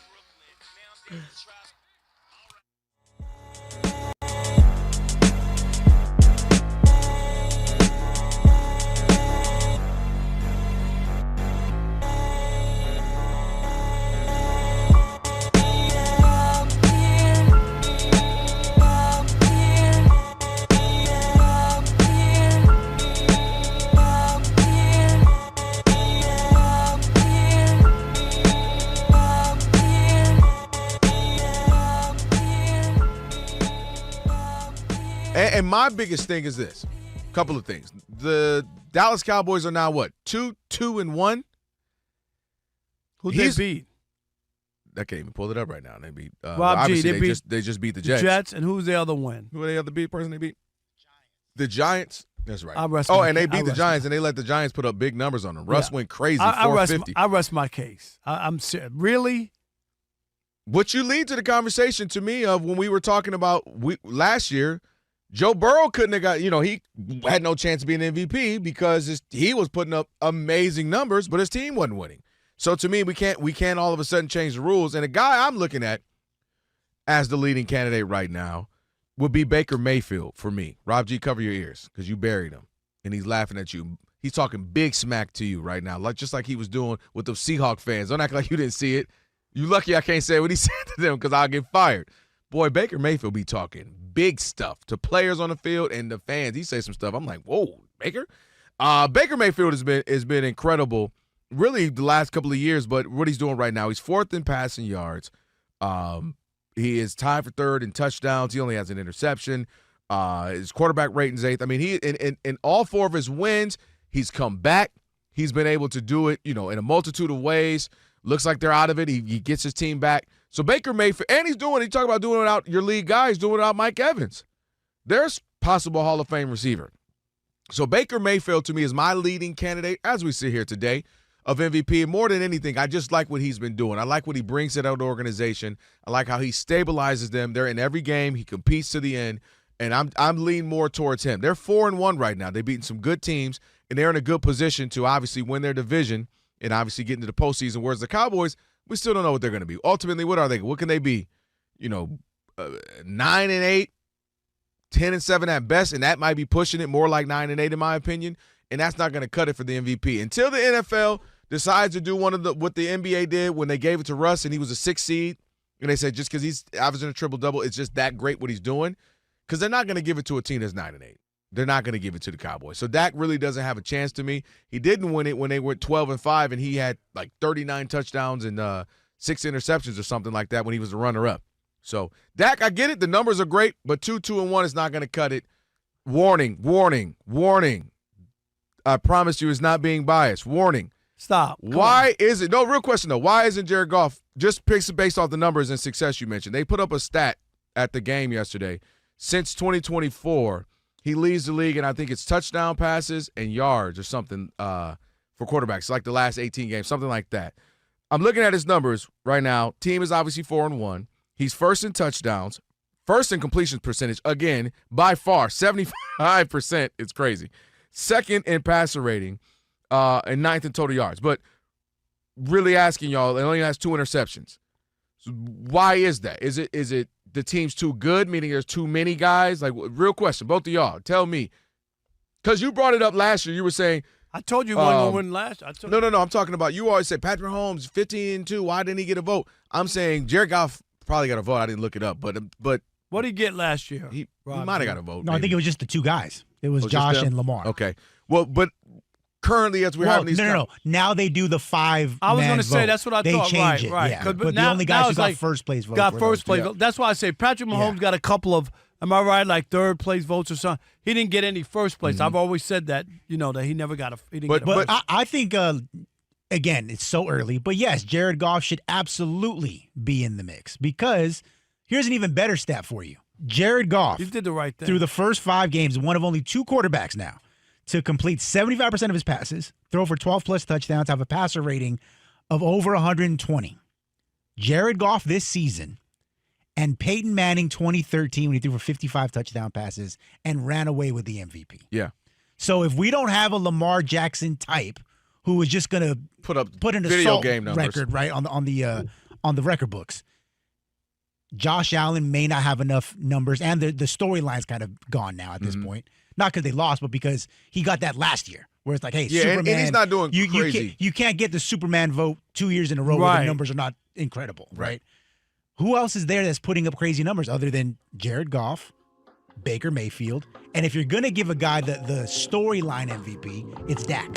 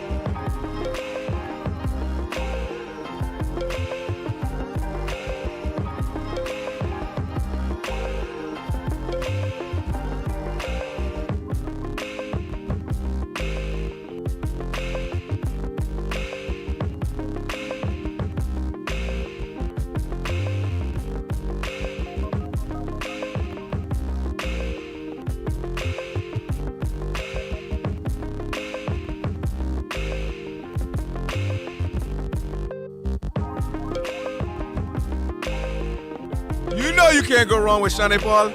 Yeah, my guess, and then Fox Sports Radio, Rob Parker, Kelvin Washington. We are the Odd Couple on a Trash Talking Tuesday, about 20 minutes or so away from that. Aches and pains can sneak in during holiday hustle and bustle. Aleve can help you forget the pain, make happy memories instead. With just one pill, Aleve provides up to 12 hours of body pain relief so you can keep it moving. Use as directed. And then, Rob's LeBron we talked about it just briefly yesterday. The whole decision is coming, the decision 2.0. And boy, did we all decide that was a miss today. I don't even know it just for a hen doggy dog. That's corny, dumb. It just like why? It just wasn't worth it. Like it just didn't even. The timing of it all, like not right now. Like you just it to me, all of that for Hennessy, for Hennessy. That was more honestly. That was the more okay. I thought it was gonna be Amazon Prime. I thought it was going to be Lay's. You know, he's had commercial with Lay's, so I thought it was going to be like, I got to decide, is it sour cream and onion or barbecue? Sour cream and onion. How much did they pay him to make? Man, I didn't know Hennessy. I think Hennessy is owned by like Louis Vuitton, and it's like a group that owns all these different products and brands. But yeah, I didn't expect Hennessy to be the thing, and I just I walked away from it like, all that for a Hennessy campaign to put an orange pill in a Hennessy bottle. Yeah, I wasn't overly. Yeah, most people were not happy and thought it was lame. I had people corny, lame. It just wasn't. You're too big. This season means too much. Could be your last season. You know, like could be your last season. Whether it's maybe not the end of the NBA career, maybe it's the last with the Lakers. Like it just. Some people thought that they legitimately they went on a ticket. Did you see the prices for tickets went through the roof? I saw someone up like 4,000%. Yeah, like I just didn't think it was necessary, and I didn't walk away from it like, oh, that was clever or that was funny or that's, and it's too. If this were 5 years after the decision, then it'd kind of be funny, you know, or if it were 5 years ago. But the fact that it's so close to where you actually may retire or you actually may switch teams or something, I think you play with some. I don't want to call them gullible, but people who would impressionable people. I knew it was going to be something like that. I thought it'd be Amazon Prime or Lay's, something like that. But I just, it was a miss to me. It was a swing and a miss. Yeah, it just wasn't anything spectacular. It was kind of like the Tigers right now. Swing and a miss. It was LeBron at the free throw line late, and it was a brick, as usual. I'm just saying. Look at you. See? And now he's going to say he's going to have a 30-point first game. He's going to say, I thought I was the Wash King, Rob Parker. Yes. And I'm going to say, no, we're waiting for the playoffs when you get knocked out in the first round. It's your Wash King. But, I just think it was just like, I'm just saying. Nah. I just thought it was okay. It's just not necessary is what it is. Yeah, he's too big to me right now, and your career is at such an interesting road that I just didn't think it was necessary. Just like I said 5-6 years ago, be like, all right, whatever. Haha, it's kind of funny. But who are the people who ran out to buy tickets? You know what I mean? Like, oh, my God. This is last season. People are under pressure. People, listen, Rob Parker. People are gonna believe things to the end, like things that you go like, why would you think that? People are gonna do it every single day. You can sell them a bridge in Brooklyn. Bro, how mad would you be if you're one of these people, and you're probably a hedge fund guy who's even can afford these tickets that far in advance, but you're like, hey, I'm gonna pay a 4,000% markup because I want to see LeBron's last game, only to find out that LeBron's pushing some dark liquor at 9 a.m. in the morning. I would be hurt. I would be so mad. You gonna need the liquor, cause you know why? Cause you gotta. Okay. But you already know every season when the season comes out, those are the tickets that people are buying. The last Laker home game, opening night, Christmas, and the last game of the year. Yeah. Like regardless. Man, you're gonna need that hard brown. You know why? Because when she comes home and she looked at that, got that alert from Chase or Wells Fargo or Bank of America, and she sees $4,000 spent on tickets. Oh, you got some splaining to do. Hey, all I'm saying is Lobos must be struggling. Yeah, well, maybe. He got with him. That's a good point. Or they just paid him something crazy. Well, it's a parent company. The same thing. Oh, it's the same company. Yeah. All right, then that makes That's sense. what I was saying. I know Hennessy is owned by like a brand. Diageo that owns like 20 different things. Yeah. They own Louis Vuitton too, right? If I'm not mistaken. It's something crazy. Like they just own like a million different things. But yeah, then for me, it was like I didn't catch that one. Eric Williams, Fox Sports NFL reporter, getting ready to join us here in a moment. And right now, we got Steven Sager going to get you set on what's trending. Hello, gentlemen. Both AL Division Series going on right now. One game in Detroit on FS2, one game at Yankee Stadium, New York on FS1. The one in New York has Toronto end of one, leading the Yankees 2-1. Vladimir Guerrero Jr., a two-run homer off starter Carlos Rodon, who he owns, but also just in Yankee Stadium in general, in his career. Guerrero Jr. in just shy of 50 games there, batting over 300 and now 17 home runs there. Why do they keep pitching to him? Like seriously, we do that. You know, we do this once a week because why would they pitch to Shohei? It doesn't make any sense. And then you walk the guy ahead of him. You know what I mean? Yeah, get an additional run. Yeah, you can't do that. Yeah, you can't. I mean, the Dodgers pitched to Schwarber, and it worked out very well 2 games in a row. This is not that because it's 22 plate appearances against Rodon. Rodon has literally never struck him out. Right. So you know the matchup is bad. Not in your favor, to say the least. Yeah, he's batting about 600 against his pitcher. Put him on first, but I don't mind doing it if there's 2 outs and nobody on. Put him on. That homer traveled an estimated 427 feet. At Detroit, Seattle's home run from Eugenio Suarez traveled an estimated 422 feet off Jack Flaherty. He went 3 1/3 for Detroit, 3 earned runs allowed. Mariners lead at Detroit 4-0 as they go to the 5th inning. The reason that game's over on FS2 now is because there was about a 3-hour rain delay at the start. Currently, that best-of-5 series even at a game apiece. Seattle playing at Detroit. Toronto's up 2-0 playing in New York against the Yanks tonight. The 2 NL Division series each resume tomorrow. Fox got the rights to next spring's World Baseball Classic. There will be 20 teams in the tournament. This will be the 6th World Baseball Classic. Japan has won 3 of the first 5. This tourney started back in 2006. The Bengals acquired quarterback Joe Flacco from Cleveland. Cincinnati's lost 3 straight games with quarterback Jake Browning. Joe Burrow is injured. Cincinnati cut quarterback Brett Rippon. Rookie Shedeur Sanders now listed as the Browns' backup quarterback. The Colts signed kicker Michael Badgley. Indy's Spencer Schrader is out for the year with 2 torn knee ligaments. Cowboys owner Jerry Jones was fined $250,000 for what he called an inadvertent gesture to fans. Dallas could appeal. The Cardinals are fining head coach Jonathan Gannon $100,000 for his confrontation with his running back on Sunday. And there are 3 NHL season openers right now. Pittsburgh scoreless late in the first at the Rangers.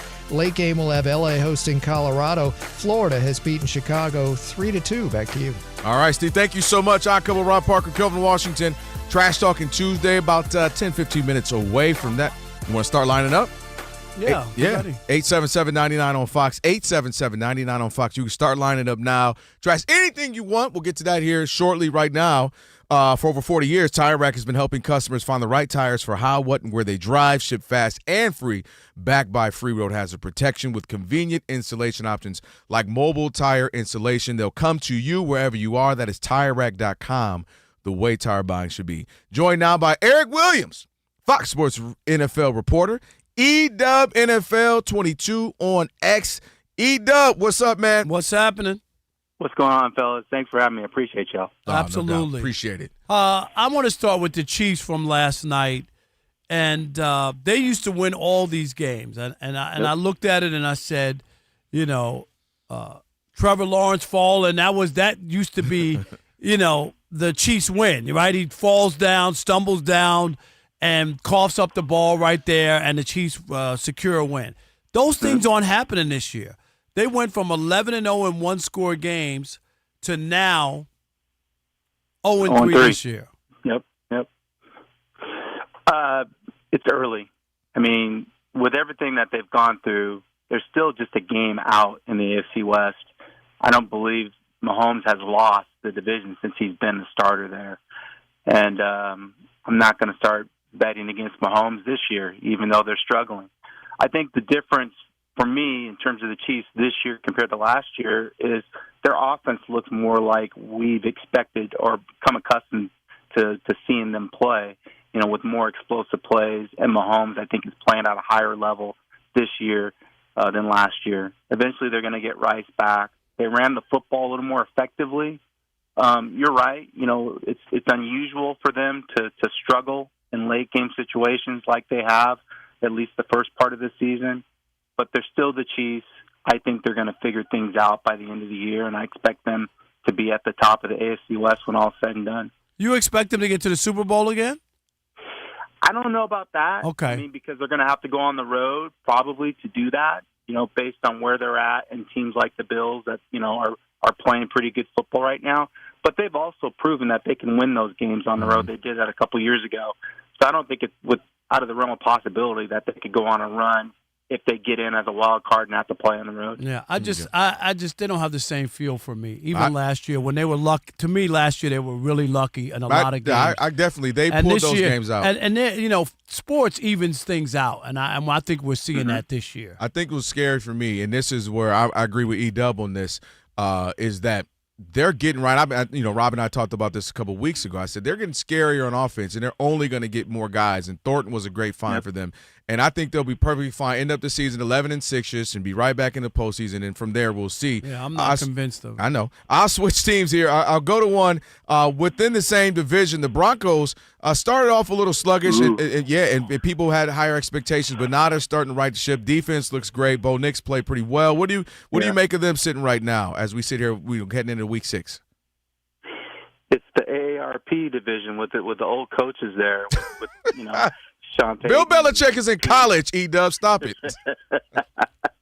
I like the Broncos because of what they can do defensively. Vance Joseph, their defense is going to show up week in and week out. They can run the football a little bit now, so it protects Nix a little bit in terms of their balance. And they have Sutton on the perimeter who can win one-on-one matchups so they can push the ball down the field. I'm still not totally sold on Nix as the guy. I still want to see a little bit more. But hey, that win against Philadelphia, that's probably their signature win on the road. That's impressive.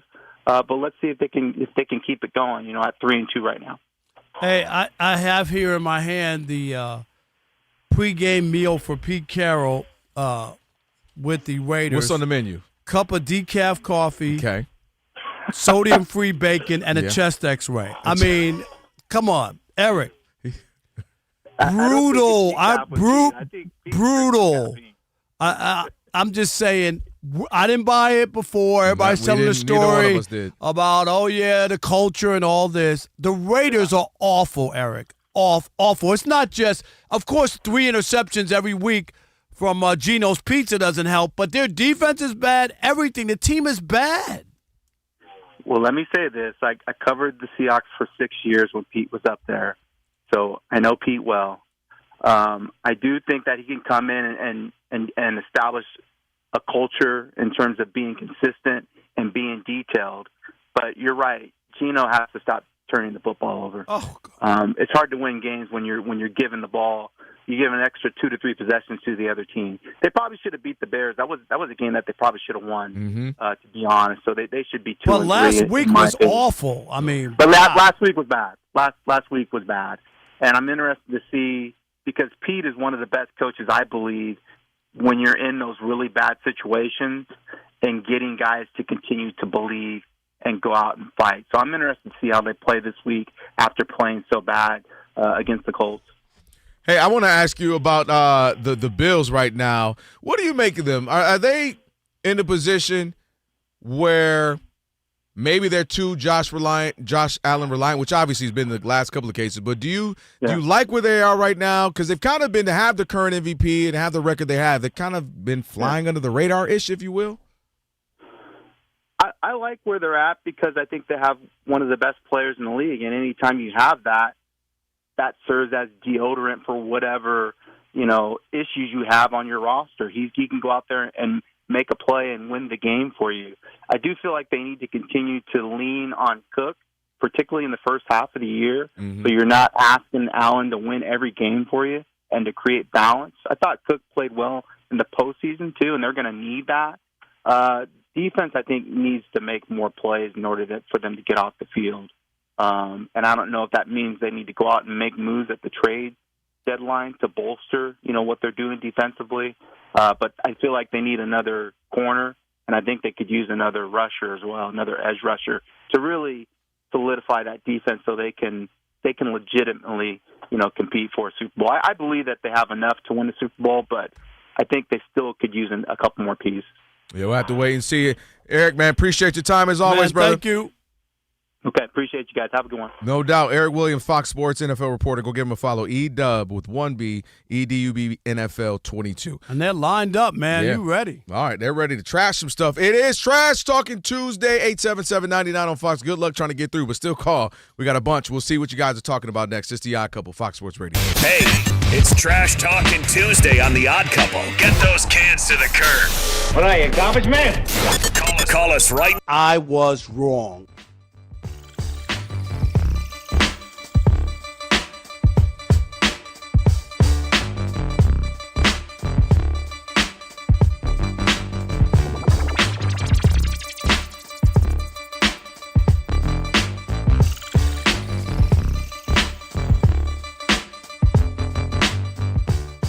You know, me and you talked about the Eagles, Rob, obviously a couple of times over the last few years, and I can't make out what the heck the Eagles are other than they're starting to be a chink in the armor.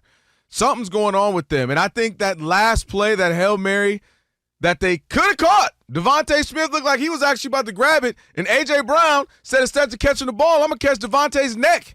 It just body slammed his own teammate to the ground. And I think that play is more indicative of what the Eagles are looking like right now, internally and externally.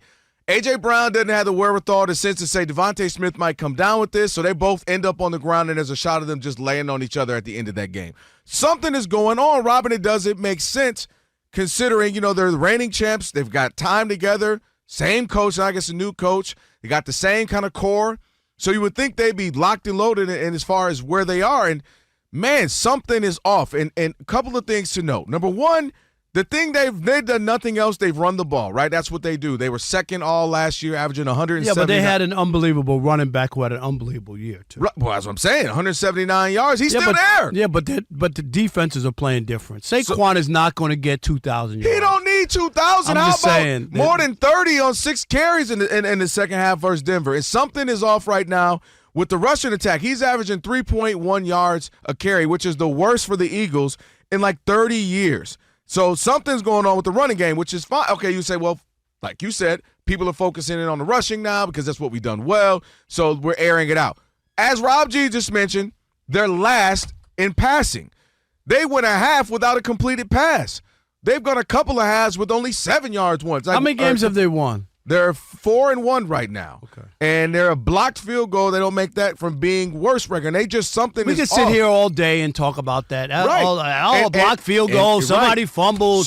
Somebody threw. If the Chargers didn't throw an interception, they would have beat Washington. They threw an interception. That's part of the game. And I hear you. Part of the game. I don't play that game. And the Eagles don't look good. I'm not concerned at all. I am because you were. I remember last year, and we can find the tape. Yes. You were going into the Super Bowl. Oh, look at Jalen Hurts. He don't look good. There's something wrong with them. I know you were hoping that, so that the Lions could beat them or something. So you were kind of talking. Nothing to do with the Lions. You were talking down about Jalen Hurts and how he was performing, and he was the weak link. And guess who was the Super Bowl MVP? It was the guy you thought was the weak link. So if we run the tape, let's run the tape. Let's be clear what I said.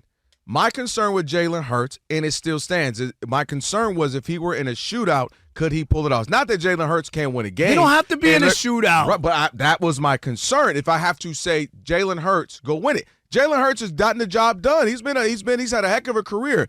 I'm not even arguing that. If I said to you, you would argue with me if I said nothing is wrong. No, you mean nothing is wrong. Nothing is wrong. They can't run the ball or pass the ball. Teams go through this. You said that about the Steelers. The Steelers can't run the ball. Aaron Rodgers is 41. No, I'm saying what you said earlier. Hold on. Listen to what I'm saying. You said that earlier. They're 3-1 and haven't even played one game at home. My point is, football is very simple. It's about wins and losses. Stop with the how it looks. How it looks doesn't matter. You're not. How you're it totally, looks doesn't matter. How it looks. Okay. It does not now, matter. Let's pull if the. Hold they on. start losing, Let's pull the if tape. they lose 4 in a row, okay, then you could come back with that. If Rob only would say this to Rob, because Rob set up here the entire year last year, knocking the Chiefs, who did the exact same thing. No, won all season long. They did nothing but win to the tune of 15-1. And then what happened in the Super Bowl? All I said what happened in the Super Bowl? all they did was win. win. What so I said was going to happen. Don't tell you spent it. What I told you was going to happen was that they weren't going to win a Super Bowl. Yes, I did. You spent the entire season telling me they don't look good. Something wrong. I don't like the way they win. This can't keep winning. You did. They can't keep winning like that. I don't like it. That's what you said. So all I'm saying is the Eagles, something is off with them because, again, I'm not saying that, but win. The difference is on that story is the Eagles have a track record. They won the Super Bowl, and people said they won one Super Bowl, and the Chiefs have won 3. Who has a track record? What are you talking about?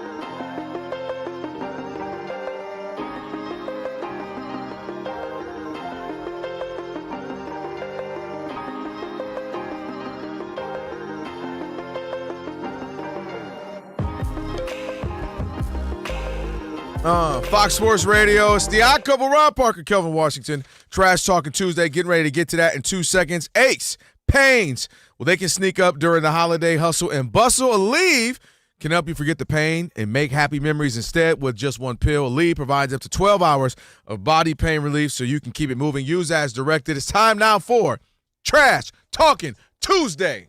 Don't you ever talk about me. It's Trash Talking Tuesday.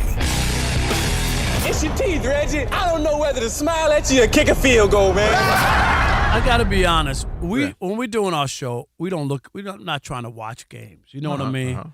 But playoff baseball is hard to not look.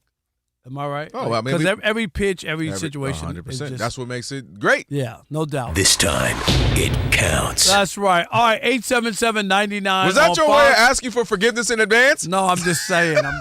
Yo, forgive us if we blank out a little bit. Something or right. I think the Chiefs need to. Oh! If you hear that, we apologize in advance. All right, let's get it kicked off. Mike in Mississippi, you're on the Odd Couple Fox Sports Radio. Who you trashing, Mike? Mike, how you doing, Kevin? I'm a huge fan. Thank you. I appreciate that, brother. Yes, sir. I'm trashing LeBron. First he chased his ring, and now he wants the world to know what he chases his drink with. He's been chasing rings, and now I'm a huge LA fan. Man, we're just sick of the drama. 5 is more than 4. 6 is more than 4. Winning is not his logic, and that's who I'm trashing. All right. Hey, all right. Let him have Mad it. at you. Now you on the list, too. He going to be like, I thought I was a washed king, Mike. You How on the list. about Scott in Pennsylvania? You're on the Odd Couple Fox Sports Radio. Who you trashing, Scott?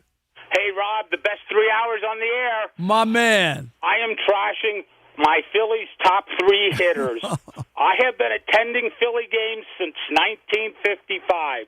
I've seen good hitters. I've seen bad hitters. But Trey Turner, Kyle Schwarber, and Bryce Harper, hey, guys, you're not even hitting this old man's weight. That's how bad you guys are. Thanks, guys. All right. Appreciate it, Scott. I don't blame him. He's upset. They're down 0-2. They lost the 2 games in Philly. I get it. Yeah, they're supposed to produce more than that. Deshaun in New Jersey. Excuse me. You're on the Odd Couple Fox Sports Radio. Who you trashing, Deshaun? I'm trashing those wings you got from John Ralph's. Harbaugh. I'm trashing John Harbaugh. Okay, go ahead. Do it. Okay.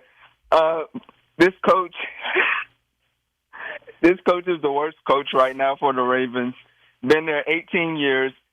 Hasn't improved under Lamar Jackson at all.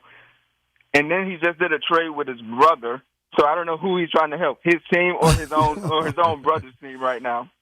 All right, Deshaun, I hear you, my man. See, there y'all go with that nepotism. There you go. There you go. Hey, bro, look like we gonna suck this year, but let me help you out. Sound like a good brother. MJ in New sorry, Orleans. You're on the Odd Couple Fox Sports Radio. Who you trashing, MJ? I'm not trashing. I'm ripping Professor Robert Jedediah Parker, the founder of Second City, a total sham. He started the season calling balls and strikes and went on a major losing streak. The guy that coined the phrase sports as a short menu turned back the odometer, started doing take-backs, calling slipsies, taking mulligans. Jimmy the Great will be rolling over in his grave. The reporter, the last bastion covering sports since 1986, is now the curator of Secklegate in the vein of Coach Belichick and Thomas Edward Patrick Shady. Say it isn't so, but it is. Some way, somehow, damn. Thanks, Florida Evans. Thank you. Oh, my God. Oh, shout out to our New Orleans brother, MJ, on that one. Yeah, so we met at the Super Bowl. Yeah. Look like we going to suck this year. Hey, Oh, my. Pause. That's Pause. Pause.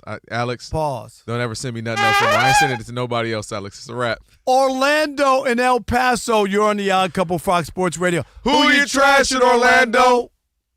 Hey, guys. I got two trashes. First one is Arch Manning. You guys are from Detroit. Arch Manning is the Chrysler of the Mannings. Let me just tell you that. Wow. Don't disrespect the challenger like that. I got a challenger. Yeah. Yeah, but it's in the shop right now. Yeah, I know. Hey, mind your business. Go ahead. And a real serious trash is the Louisiana State Police Department and Jack College football from both Barstool Sports. What they did to Kyron Lazy is the most atrocious thing I've ever seen in my life.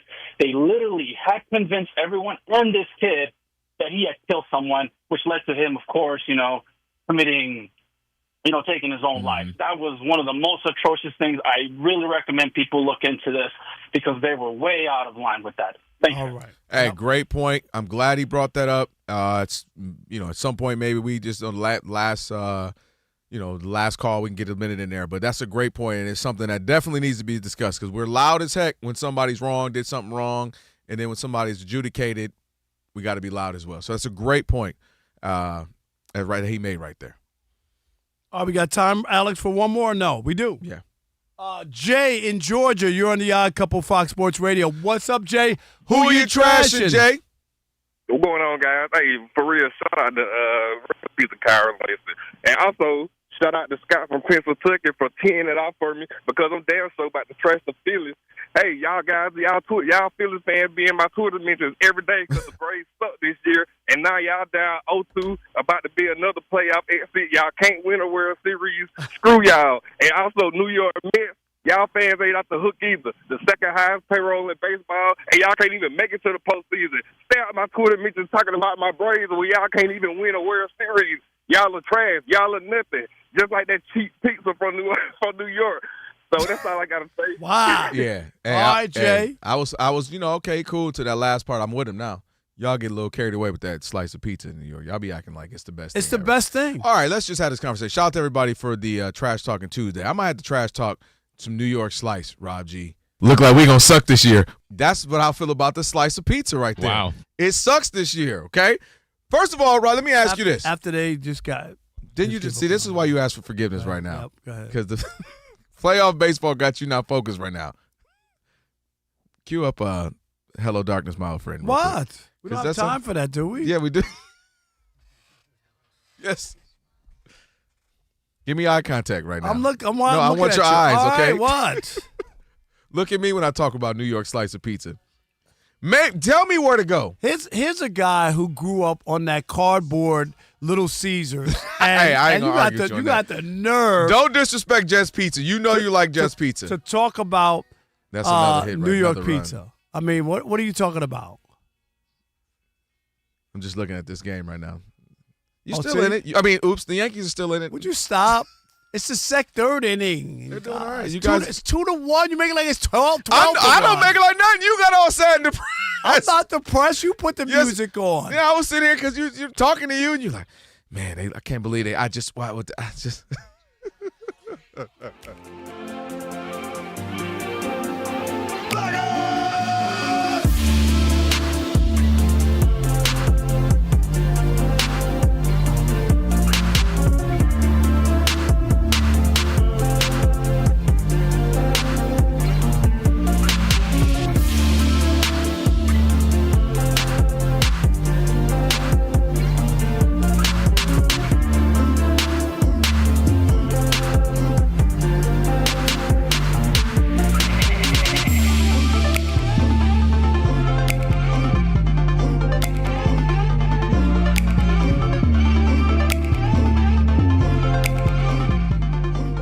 It's not crazy, it's the Browns. I actually think that should be their slogan. What do you guys think about that? Right? Like, the Raiders is just win, baby. Huh? For a long time, the Patriots and then the Saints were do your job. What if the Browns said, it's not crazy, it's the Browns? Be like, yeah, that tracks. That really tracks. So Joe Flacco to the Bengals because the Bengals they have to win. You only go get Joe Flacco if you feel like anything's better than what we're throwing out there. Cameron Wolfe of the NFL media is reporting that Shedeur is going to be number 2. My guess is they go and get out in the street and they find a guy, either practice squad or a number 3. But that is like, there's never a dull moment with the Browns, a team that there's no reason we should pay attention to, except for they had 4 quarterbacks. Now they have 2. And the 2 that had experience as starters, one who won a Super Bowl, is now playing for their arch rival. And they're left with Dylan Gabriel and Shedeur Sanders, who I can't tell you what he's done at practice, but, up until recently, he wasn't even their scout team quarterback.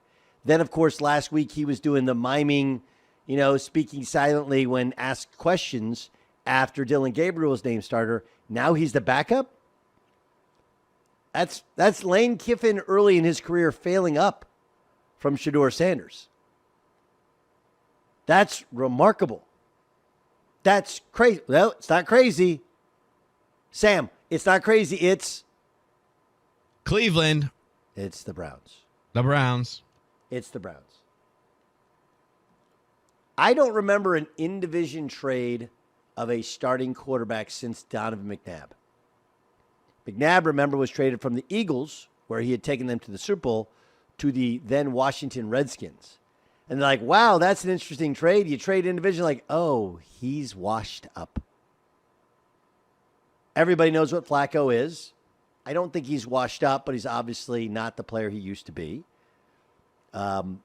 But the Bengals are in such desperate need of somebody who can get rid of the football, and they do have some talent there. Think about if you're Joe Flacco. You went from having to worry about a rookie third-string quarterback who's a fifth-round draft pick and what he was going to say to the media to where now you have Jamar Chase to throw the football to? That's failing up as well. That's not bad. That's not bad.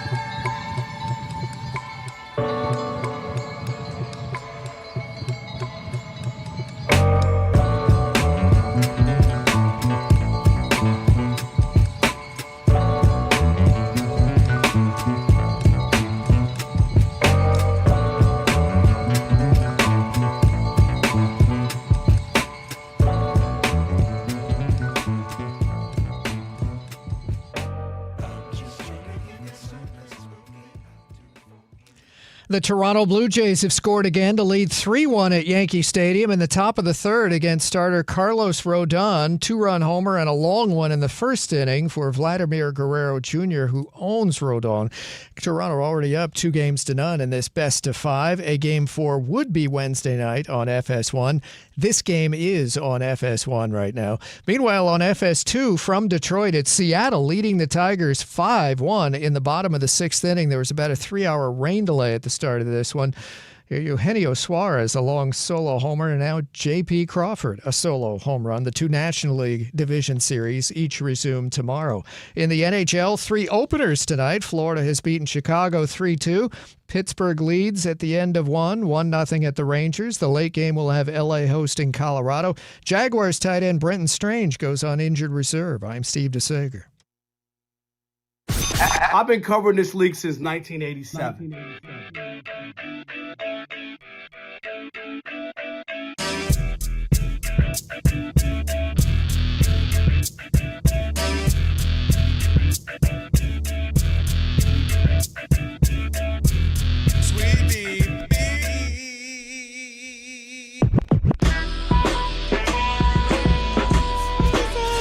Can this sports writer and this sports fan share a radio show without driving each other crazy? Now, live from the Fox Sports Radio studios, here's Fox Sports Radio's Odd Couple, Rob Parker and Kelvin Washington. Hour number 3 on a Trash Talking Tuesday. It is the Odd Couple. Rob Parker, Kelvin Washington. And if you missed any of today's show, you'll be able to catch it on the podcast, I should say. Just search Odd Couple wherever you get your podcast. Right after the show, Rob G's working on it as we speak. Today's podcast will be posted. Be sure to follow the podcast, rate it at least 5 stars, and you can even provide a review. Again, search Odd Couple wherever you get your podcast, and you'll find today's full show and best of version posted right after the end of the show. And also for 40 years, Tire Rack has been helping customers find the right tires for how, what, and where they drive. Ship fast and free, backed by free road hazard protection with convenient installation options like mobile tire installation. TireRack.com, the way tire buying should be. Don't forget, coming up in about 28 minutes, it's Foul Affair with J.R. Gamble from MLBBro.com. And we'll also have Last Call. Your chance... Foul! Was that him? That's all he said. That's JR? Dude, Rob G. It's Foul Affair. Foul! There you go. JR, that's coming up. And, of course, Last Call as we wrap up the show, give you a chance to jump in on something that maybe you weren't able to get to earlier in the program. Rob G., we talked about it a little bit earlier, but now we're going to get into the Chiefs' loss or the Jaguars win on Monday Night Baseball. I'm all mixed up. Monday Night Football. And just kind of recap what happened. Yeah, now I see why you asked me to set the table, Rob. Yeah, I said Monday Night Baseball. You put 3 spoons out on the table. I'm sorry. Well, you mentioned it, Rob. Last season, the Chiefs could not lose a one-score game if their life depended on it. They won 11 of them, most in a single season. Which is crazy. In NFL history. After last night, they are now 0-3.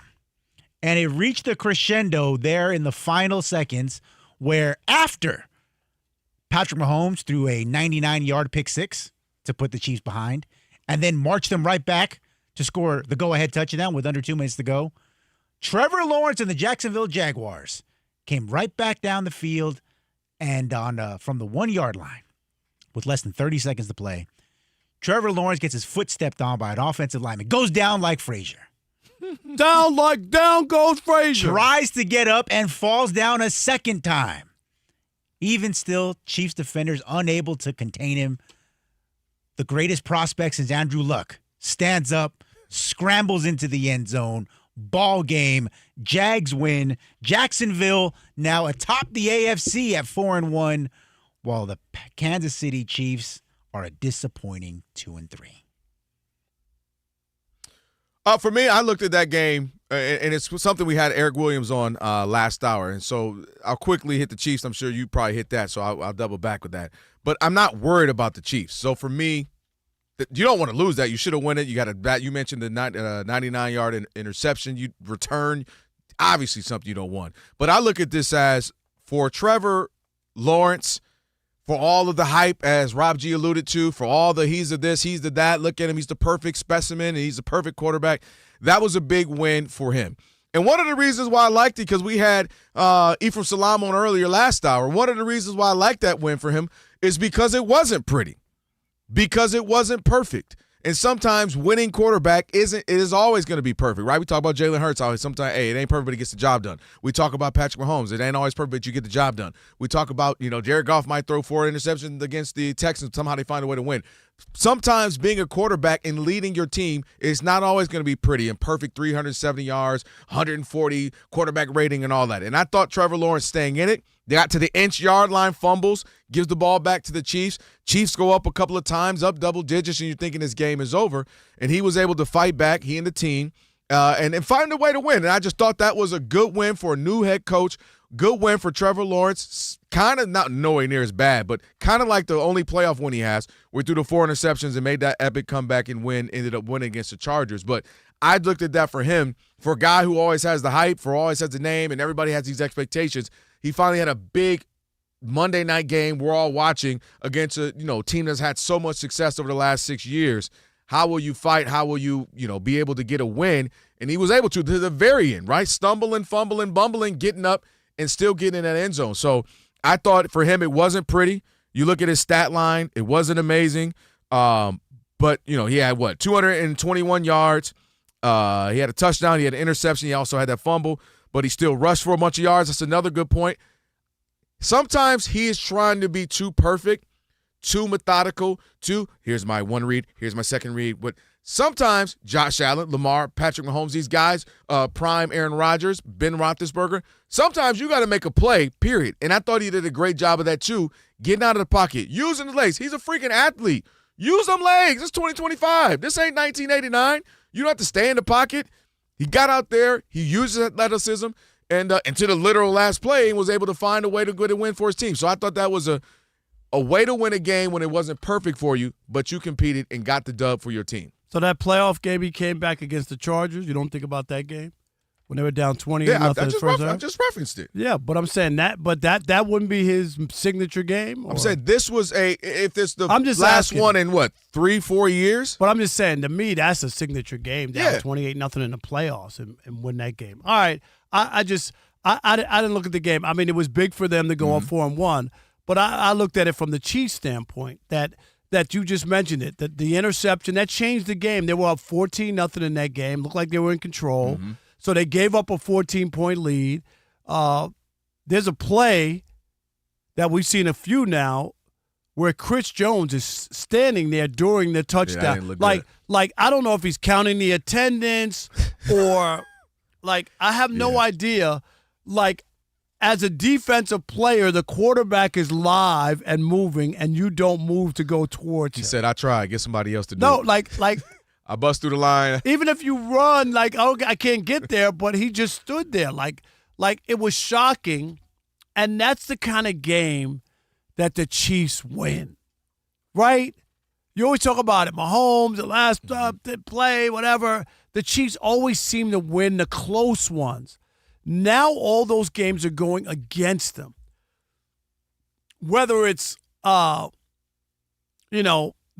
baseball, the football gods correcting itself because 11-0 is ridiculous. That was insane. Okay, no doubt about it. That was insane, and we talked about it. How many times we've seen how many times we've seen that situation? But I'm just saying, in this case, I looked at the Chiefs and I look at them not the same way that I used to. And this year with their record, 3 losses, they should beat Jacksonville. You know what I mean? Seriously, if they were back after Baltimore, everybody proclaimed them back. Oh, look, they're righted. They're there. Patrick still had the big interception. That swung the game. Don't you believe that? That swung the game. They were ready to go into the end zone, and instead, a 99-yard interception return the other way. It changed the game. Those aren't the mistakes that he usually makes. and they allowed Jacksonville. And I'll give you this. Trevor Lawrence made some great throws. Oh, he made two incredible throws. During that, no doubt. I mean, they were really, really good. But still, I just see that the Chiefs are different to me. That's why, but you just brought up another point. That's why, for me, it was a Trevor. It reminded me of Eli Manning. That throw to Mario Manningham, that throw, obviously, David Tyree just staying in the play and then chucking it. And Trevor Lawrence made all the plays.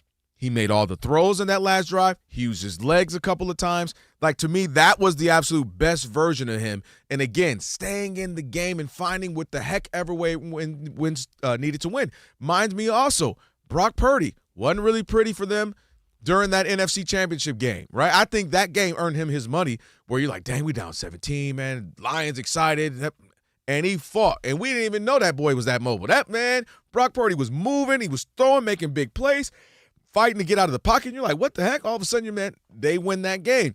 Sometimes you got to do that. And, again, that's why I credit Trevor Lawrence. And the final point with the Chiefs for me, dude, I don't have any doubt that they're going to find a way. Now, it's going to be a pretty season, meaning 15-2. No, but I have a feeling they end up 11-6 because one of the things that I knew was going to happen is they're starting to get that offensive groove back. Those $180, $170 yards from Patrick Mahomes, those days are starting to become gone. You look at his numbers, dude threw for 318, 29-41, a touchdown, that interception. Yeah, but he rushed for 60 yards as well. But that's the game changer. No, I'm not arguing that. But you know what I mean? We can look at all those numbers. You can't give up They're starting to be explosive again, and that's what I said a couple weeks ago. I'm like, oh, and I mentioned, remember this? Remember I told y'all about Tyquan Thornton? It was a great find for them. 3 receptions for 90 yards. He's that deep threat. You got Worthy, and then Rashee Rice is 2 more weeks away. Their offense is going to be crazy in the next 2 weeks. I mean, it's already starting to get crazy now. And again, Mahomes is using. But I looked at that explosion as a Baltimore thing, and I know they scored points last night. They didn't get shut down. They've been scoring. But that was a big turnover. That was a big loss. When do you see the Chiefs give up a 14-point lead to Jacksonville? Seriously. Well, I mean, and by the way, too. I'm just saying. Thank you to Coach Cohen for finally starting to use Travis Hunter a little bit more. Well, he's a rookie. I'm saying he was very impactful in that game. I don't know how many catches did he have? 3 or 4? Yeah, that one was huge. Yeah, I mean he jumped over everybody. He's just a freaking nature he's an athlete. We know that. And remember, they had just mentioned they'd asked him the game day before the game. Hey, everybody said like, how do you just hang in the air when you go? He's like, oh man, it just I've always been doing high kind of like. That's exactly what he did on that deep catch. I mean, he just hung in the air, jumped early, and was like, oh, dang, let me wait for this ball. Everybody else fell down. So that was big for them to use. Him more, he guarded Travis Kelce a few times on the defensive end. So I think they're a solid team. Like I'm not going to overreact with the Jags like what they are, but they're a solid team. They're playing well. They're 4-1, and that's a good win for them. Down 14 to the Chiefs in a day, that would have spelled doom. And it just didn't, and I still think it was more Chiefs than it was Jaguars. Not that the Jaguars didn't play, because they also, Trevor had a bad interception in the red, right? Gave the Chiefs a short field, and they also fumbled the ball at the goal line. Those are mistakes that normally the Chiefs would capitalize and win that game. And they did capitalize. Okay? They just didn't win the game. But they didn't win the game, and that's what I'm trying to say. The Jags, man, I think they fought, and I think it started from their leader, Trevor Lawrence. All right, 877-99 on Fox, 877-996-6369. Did last night's game say more about the Chiefs or the Jags? 877-99 on Fox. We'll continue that conversation next with you. It is the Odd Couple on a Trash Talking Tuesday. Rob Parker, Kelvin Washington, right here on Fox Sports Radio. Stick and stay. In case Aaron Judge goes yard in the US of A. It doesn't matter right now.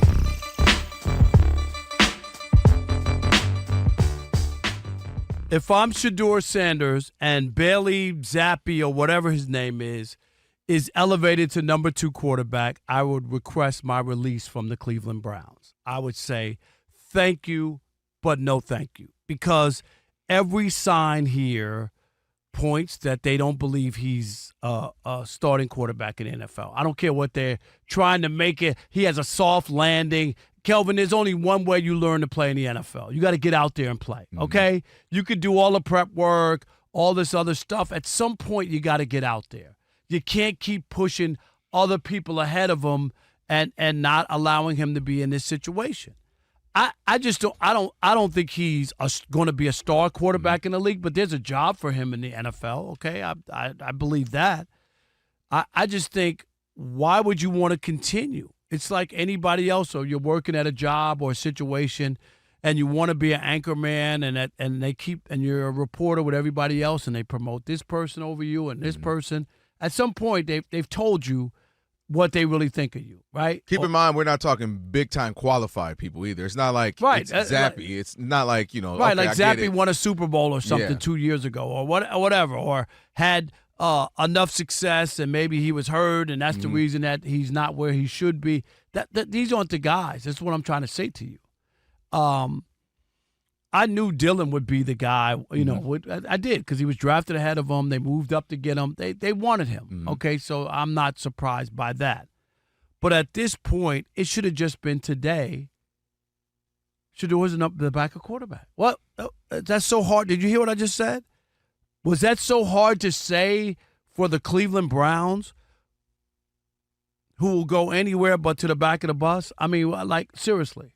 What in the world are they doing where they can't say that? My God, okay, he could be the backup quarterback. You could put him out there. He could be terrible, and you could say, okay. We didn't think he was good enough. He went out there. Who was that quarterback for the Buffalo Bills, Rob G., who had Nathan Peterman. 6 interceptions?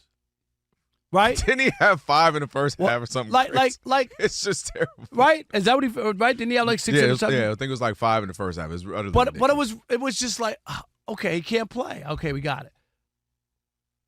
I'm dead serious. If I'm Shedeur, miming, hanging out in the clubhouse, selling jerseys, if that turns you on or whatever, I just wouldn't want to be in Cleveland.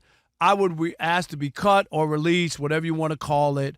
I almost want to say quit, but you don't want to quit. You know what I mean? But I'm saying you can't quit. Request to be released if I'm Shedeur Sanders. The Browns are just a very weird organization when it comes to the quarterback position. They've now had 41 quarterbacks. If you look at the teams that have been bad over the last since 1999, with the Browns being included in them, you look at other teams that have not been great since 1999. The Commanders have had 28 quarterbacks. The Dolphins have had 27. And then you get to 41 with the Browns. So clearly, teams that fluctuate quarterbacks all the time, we know don't have success. You look at the ones that have stability, and that is the Patriots. They only have had 7 or something. You look at the Steelers. They had 9. They had 10 quarterbacks between the Steelers and the Patriots over these years. What have they had? They've had Super Bowl appearances, had Super Bowl wins. I don't know about the They've Steelers had stabilities in that group. Well, they've been to a couple Super Bowls. I know, but they've been to 3. Even in the 90s, they had a Super Bowl. They got a lot of quarterbacks. I know, but they've had 10 since 1999. So my point is, you got to find some stability, and that's what I was screaming about during this whole draft and little post-draft time. My thing was, play Dylan Gabriel. If that's your guy, if you believe in him, and that's who you picked, obviously, ahead. You picked him in the 3rd round. Play Shedeur Sanders. Find out what he's got, because that's what you need to be doing. Finding out what you have or you don't have so you can finally find your guy. Because you know what you are? You're in a division that has Lamar Jackson. Maybe they don't want their guy. Maybe their guy's in college. But then you play these guys. They're obviously not going to be great if they're not the guys you want. And you roll right up in there and you get another pick. You get to finally settle on your guy so you can be settled. That's why the Joe Flacco plan was strange to me. We know what he is. He's 62 years old. That wasn't strange. But to me, because I'd rather roll Dylan. Last year they won 3 games. Like you say this as if the coach and general manager have jobs for life. Like seriously.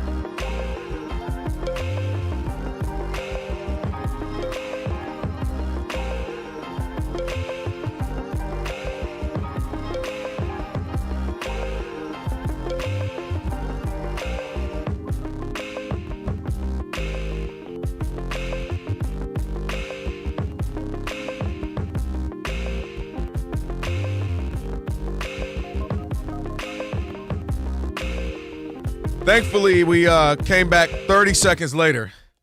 30 seconds early, we don't lost you. Because Aaron Judge just hit a big double and brought Grisham in. Go to break, Alex. And it's not just home runs. He hits for average, too.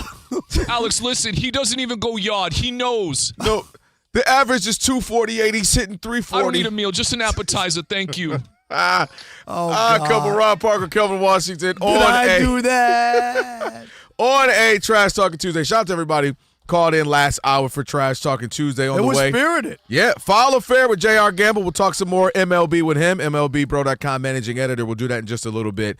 Be sure to check out the brand new YouTube channel. Shout out to everybody on YouTube. Now, all the YouTubians in the Odd Mob.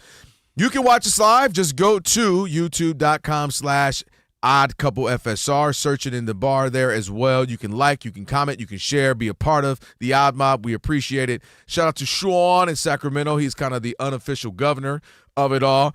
Search Odd Couple FSR, and while you're there, please subscribe. We appreciate it. All right, 877-99 on Fox. And just to update you if you're out and about. Yeah. So Yankees are down 6-2 to Toronto. Yankees. Very nice, John Sterling. Yankees have first and third, nobody out. Yep. So they're get a run or two more here. How did that drop? They're in the game. Little blooper. And in Detroit, that game was rain delayed for 3 hours, but it's delayed the game. 5-1 Seattle in the top of the 8th. All right, so let's Thank go. God Detroit don't have no H in it, because I would be saying they can't hit nothing. Don't even take an H. Right? Let's go. Thomas in Iowa. You're on the Odd Couple Fox Sports Radio. What's up, Thomas? Duval. Hey, I just want to say. Is that what you put? Is that what you when you cover your comforter? Is that what that is? A Duval. I just want to say, as a fan of watching them, man, it does a lot. Getting the monkey off the chest. Like, if we play the Chiefs again in the postseason, they'll be like, hey, we beat them in the regular season. We can beat them now. Don't get carried away and now. nobody brought up Walker wasn't even playing. Our defense can be so much more nastier than what it is right now, too. I believe we have the best defense in the NFL, and nobody's giving us credit. We lead the league in interceptions, and it's just going to go up. All right, appreciate it. He must be off that LeBron Hennessy right now. Speaking of that, real quick, the Aaron Glenn Jets have forced 0 That's crazy. turnovers. Yeah, that's a crazy stat. Through 5, right? Through 5 games. It's incredible. It makes no sense. That was the 5 best, games. That was the best radio you ever did in your life right there. Thank you. I appreciate that. Roger, Aaron Judge, and the tag out chase. I'm good. good. You act like that was perfect. I didn't do anything. That was like being a morning anchor and there's a car chase. You did it perfectly. Andre in Massachusetts, you're on the Odd Couple Fox Sports Radio. What's up, Dre? How you doing? Thanks for taking the call. Listen, it's time for these young Lions, okay, to ascend and to have their time in the sun. So I'm going with the Jacksonville Jaguars. Travis Hunter's my guy. Been a dude since day one when he was in high school. Yeah, he took, let the Power Five. You know what I mean? No. We're going to do on this movement and go to Jackson State and build something and be loyal. Okay, so I'm thrilled for him and what he's doing in the NFL. And then Trevor Lawrence has always had the core talent. Just needed to have the system around him so that he can be successful. So I think this is an ascending team. And in terms of the Chiefs, everything has to end, unfortunately. Okay, and it's they're still the Chiefs, but they're. Well, last night's game, Dre, you got to admit. With up 14-0, right? They got the 2 turnovers at the goal line, the interception, and Mahomes throws the bad pick. That's a game they normally win. Would you say that? Indeed. That's how they won 15-1 last year, winning all those nip and tuck games. All I'm saying is, Dre, you said it's in. You think it's over for the Chiefs? I'm saying these young Lions are nipping at their heels. You got one more time to say the Lions, and I'll be talking about Detroit. You got one more time. Yeah, you know what I mean? The young bulls. The young bulls is out here. Detroit, hey, Kelvin, listen, I'm all for them, but they got to show me in prime time. Right. That's my thing with the Chiefs. Until you got to beat a man. Hold on. To beat a man, you have to beat the man. So I'm still, they still have it, but I feel like these ascending teams might have caught up with them. All Thanks for taking the call. Appreciate it. I feel you. Yep. Who next? Carl in Mobile, Alabama. You're on the Odd Couple Fox Sports Radio. What's up, Carl? Hey, thanks for taking my call. Hey, I was listening last night. They were congratulating you on something, Rob, but I tuned in late. What were they congratulating you on with the food or whatever last night? With the food. No. So on Saturday, my alma mater, Southern Connecticut State University, they named the press box after me in a ceremony. And so last night when I came back from there, we had a party last night for the station. So that's what that was for. Oh, okay. Well, congratulations. I came in late, and I was like, y'all never said what you were. Yeah. Oh, no, we said it, Carl. I know. We just said it a million times. We said They're tired of Carl. saying it, but it's all good. I was late. I missed it. All good. No problem. Yeah. So, I think it says more about the Jaguars because that's the type of game they used to always lose. And when that lineman stepped on his foot and he fell down, I was like, here we go, the Jaguars again. But he got up and ran in for a touchdown. So it's like they're turning. But isn't that the game that the Chiefs normally win, though, too, as well? Like the other teams usually disintegrate or melt down against the Chiefs. Yeah, especially when you can get the refs to pick the flag up because you yelled at him. I was like, what's going on? They yell at the ref and he picks up the flag with that big play. So usually they get to control the refs and control the game and win. But yeah, it's changing. And if you look at it, I'm like almost like Luka complain on every call. Every incomplete pass, Patrick Mahomes is looking for a flag. He's flabbergasted. You ever see that? He's like every single one. And he gets it. He gets it. Just like in the Super Bowl, it's like he knows a penalty's coming before the flag even hits the ground. Yep, crazy. Appreciate you. All right, Carl. Thank you, man. Appreciate the calls. All right, Foul or Fair with J.R. Gamble, MLBBro.com managing editor. We'll do that in just a moment. Steve DeSager now. Getting you settled what's trending. Hey, Steve. Apparently, Yankee starters have gone 8 innings. Yeah. Total in 3 games so far in the American League. And you know what? That's something you just can't in a playoffs that you could just not draw up. You know what I mean? Even if you win a game or two, you're asking for trouble down there. Yeah. It's just a lot, and you just go, what happened? But it comes with an ERA of 16 in this case, and so Carlos Rodon and company are now down 6-3 to Toronto. Bottom of the third. It was 6-1. If the top-seeded Blue Jays win, it'll be 3-0, and that'll be it for this division series. Yankees are batting bottom of the third, 2 outs, 2 on. We talked about Vladimir Guerrero Jr. an hour ago. He homered for a third straight game in this postseason. So when he came up again, top of the third, right after a leadoff double, they did intentionally walk him. And then after an out, RBI single for Toronto. Next batter, RBI single. Next batter, 2-run single. And Carlos Rodon, the starter, was out, down 6-1. The ALCS starts this Sunday on Fox. This game tonight from Yankee Stadium is on FS1. The game from Detroit is on FS2 because of such a long rain delay, almost 3 hours worth at the start of this one. The Mariners are leading the Tigers 6-1 going to the bottom of the 8th inning. For the moment, that best of 5 is tied at a game apiece. J.P. Crawford of Seattle with a solo homer. Eugenio Suarez with a long solo homer. Starting pitcher Logan Gilbert went 6 innings, allowed the 1 run, 7 strikeouts, no walks. The 2 NL Division Series each resume tomorrow. Milwaukee up 2-0 at the Cubs. And then the Dodgers up 2-0 host the Phillies. Fox got the rights to next spring's World Baseball Classic. And the new Tampa Bay Rays owners say their ballpark will be repaired in time for next season. The Colts signed kicker Michael Badgley. Indy's Spencer Schrader is out for the year with 2 torn knee ligaments. Wide receiver Odell Beckham received a 6-game suspension for a failed PED test last year. He's still unsigned. The Bengals acquired quarterback Joe Flacco from Cleveland. The Titans waived former first-round wide receiver Treylon Burks. Wide receiver of the Giants, Darius Slayton, missed practice again with a hamstring injury. Of course, wide receiver Malik Neighbors is already out with a torn ACL, and the Giants on Thursday will be hosting Philadelphia. Jacksonville tight end Brenton Strange is on IR with a quad injury. And 3 NHL season openers tonight. Penguins lead late second period 1-0 at the Rangers. Florida at home already won 3-2 against Chicago. And in an hour, the late game in LA as the Kings host Colorado. Back to you. All right, Steve, thank you, man. Have a wonderful night. We'll see you soon. It is The Odd Couple, Rob and Kelvin on a Trash Talking Tuesday. Aches and pains, well, you know they can sneak up on you during the holiday hustle and bustle in the league, which, by the way, how are we already in the holiday hustle and bustle? That's just crazy. Are you kidding? Thanksgiving is next month. I know. This is crazy. 2025 seriously. Is about to be over before we know it. I mean, when you say Thanksgiving is next month, just think about what No. It's like, come on, that's just What the heck? It's next month. Where did 2025 have to go? Some in a hurry. Had to get there quick. But with that being said, Aleve is here to help you forget the pain and make memories instead. With just one pill, Aleve provides up to 12 hours of body pain relief so that you can keep moving. Please use as directed. And it is time now for Foul or Fair. That ball is. It was a big week in the big leagues. Who's up? Who's up? I don't believe it! My, oh my! Is it foul or is it fair? And now, from MLBBro.com, here's J.R. Gamble. Dub, when we say one pill, what kind of pill are we talking about? Mind your business. Hey, you one pill away from joining me with 3 kids.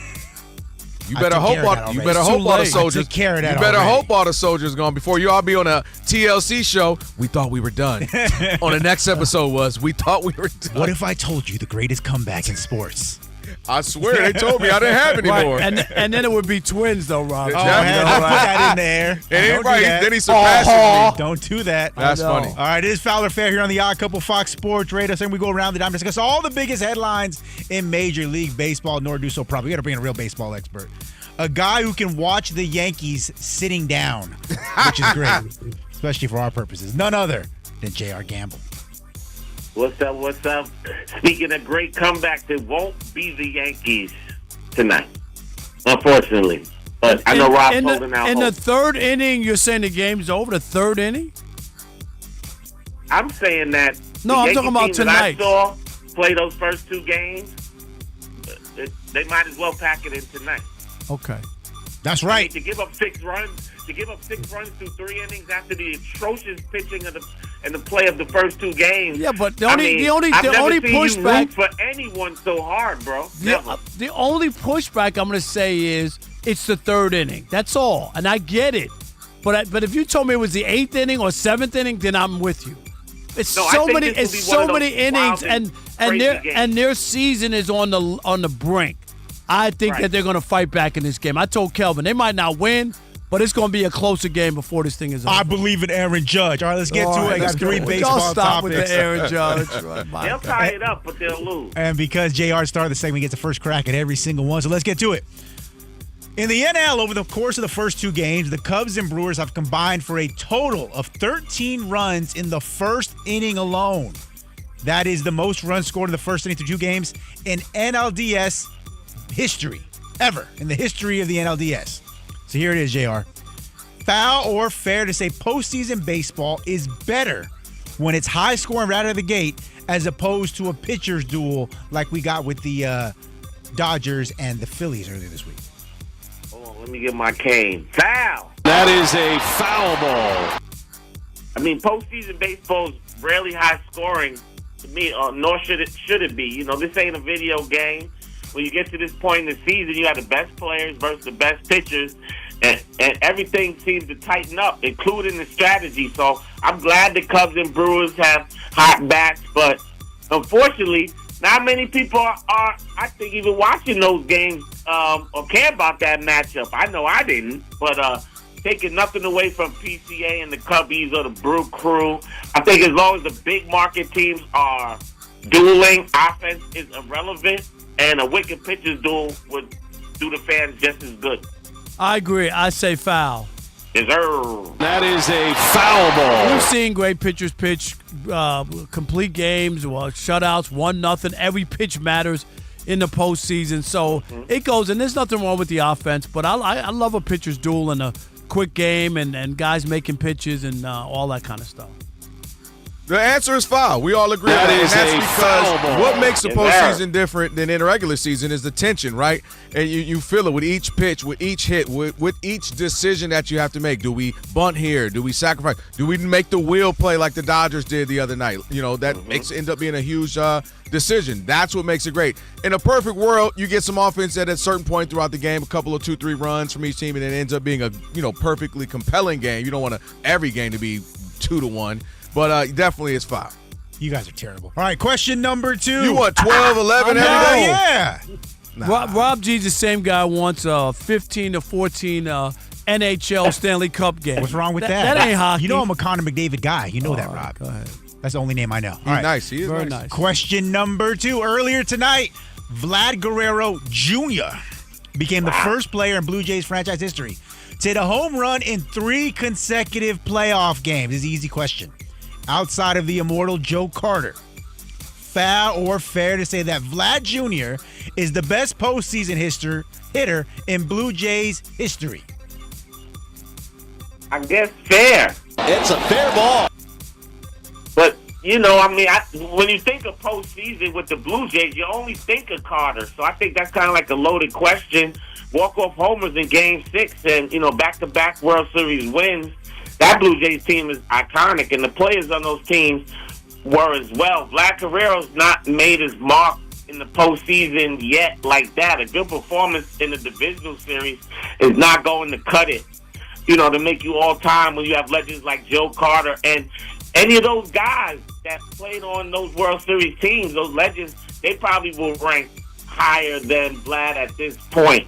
So settle down, Junior. Let's get to World Series first. I got to say foul. That is a foul ball. Again, the division series is cool, don't get me wrong. But a walk-off home run to win the World Series for a team, there's no way you could look at anybody as a better, more clutch hitter in the postseason history for the Blue Jays than Joe Carter. And don't forget, Dave Winfield played on that team, Ricky Henderson, Tim Raines. I mean, there were like a lot of guys who were really good who went into the Hall of Fame who got some big hits in those games as well. So I can't do that.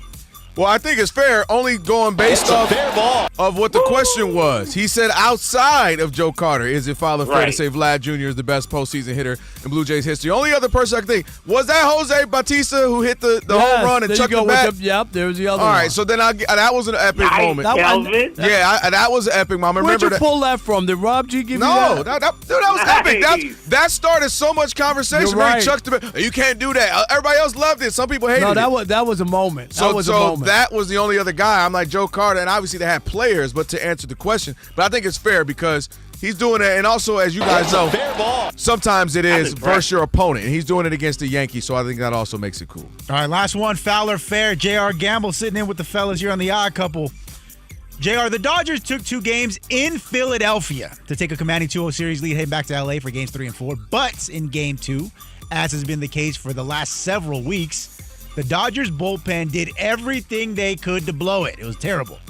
That said, JR, is it foul or fair? Say the Dodgers bullpen will be the reason they do not, NOT, make the World Series. I'm just all fouled out today. Foul. That is a foul ball. I don't know if you're hating on the Dodgers or whatever, or that's your team, and you don't like the fact that they're not sweeping everyone, but the Dodgers don't have a bullpen, fellas. Matter of fact, they actually have a sick collection of starting pitchers who will interchangeably be used for various roles. Glass now coming out of the pen, Kershaw, Sasaki's closing. I mean, come on. I wish I had the problems the Dodgers have. They're just too loaded, too good in my opinion. The pitcher's right where they want it to be. Unpredictable and potentially lethal with starting pitchers where you don't have to rely on relievers who generally aren't as good pitchers as just high-quality starters anyway. I'm going to say fair. It's a fair ball. The Dodgers bullpen is, even against the Reds, right, where they ran over the Reds, the Reds scored runs late against the bullpen. It's never clean. And if the Phillies didn't bunt themselves out of that inning, they probably would have won yesterday. I really think that the Phillies lost that game. Man on second and nobody out. Terrible. So I say it's fair.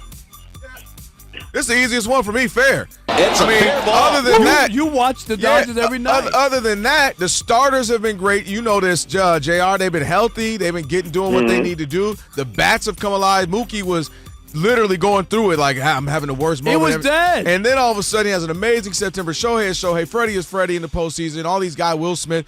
And to me, you already know the offense. It's the bullpen. And they have been bad prior leading into the postseason. Now they're bad in the postseason. So that's the easy fair for me. Hey. Won't matter. All right. That's foul or fair. Hey, JR. I agree. It won't matter. They're going to win the World Series. Yeah, man. Shout out to Rob Parker for his press box at South Connecticut. State. You know what I mean? I mean, he's just an inspiration to everyone out here in the game, man. You deserve it. Well, I want to say I appreciate you and the family. That his wife and daughter came. My godson, JC's playing college baseball, so he couldn't make it. But we had about 150 strong. It was amazing, and thank you. Yeah, man, props. Yeah. All right. Appreciate you, Good JR. night, Kelvin. No doubt. Rob. Holla at you, man. Another big Yep. hit there from Vlad. Got a nice single to left as well. They need stop pitching. They to him? need or one close, or he's gonna have to. You ain't gonna feel this comfortable Are you every at bat. Yes. Oh man, he out here iced out, earrings, jewelry. Ain't nothing diving home. You know, Boy, signed a $500 million contract. Oh, no. He paid. Life's good. All right, on the way, last call. And his dad's a Hall of Famer. Dad's a Hall of Pretty Famer. good. Yeah, I think they're doing all right. 877-99 on Fox. 877-99 on Fox. Hit us up. It's the Odd Couple, Fox Sports Radio. It's last call time on the Odd Couple. If you had a take and couldn't get in all show, here's your chance. Your call's important to us. Call us at 877-99 on Fox. Hurry up. Rob and Kelvin got to get out of here.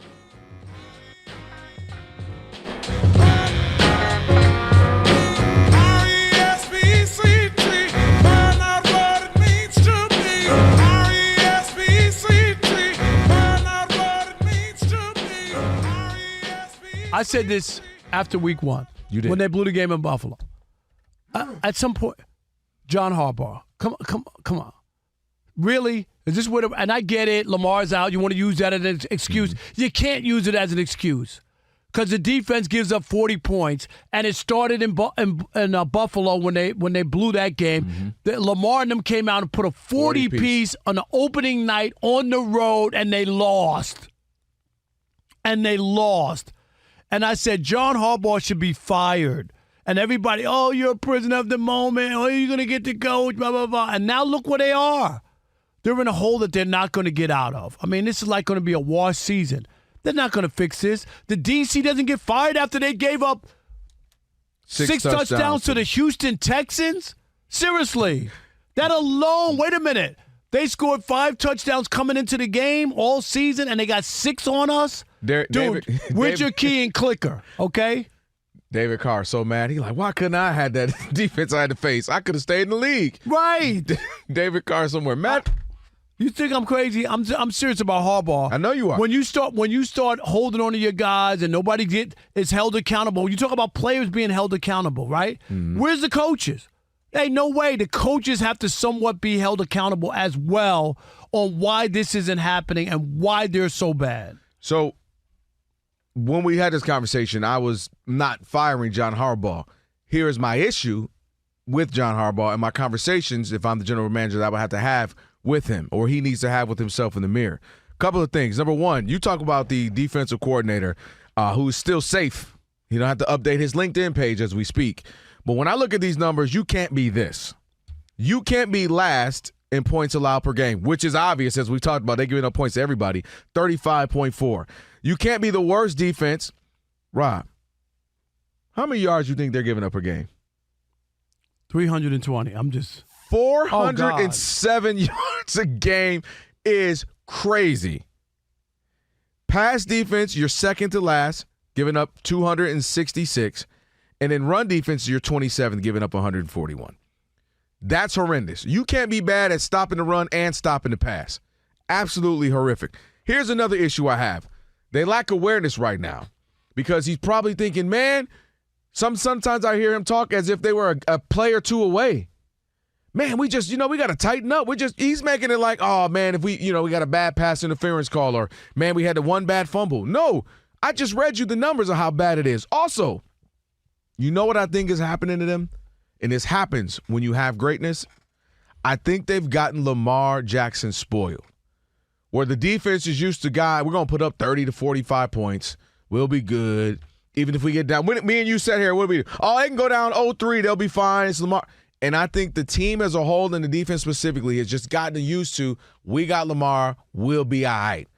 And that isn't how you operate if you're trying to get to that next level. You should be saying, man, we got Lamar all week. We We want to help Lamar. We want to make sure we are that additive to him so that he ever has a bad night. God forbid Lamar Jackson ever have a bad night. Right. If he loses, a couple of intercepts, we got his back. And that's what the Chiefs were able to do. Patrick Mahomes wasn't great last year or the year before. But his defense able to hold it down. When Peyton Manning finally won a championship?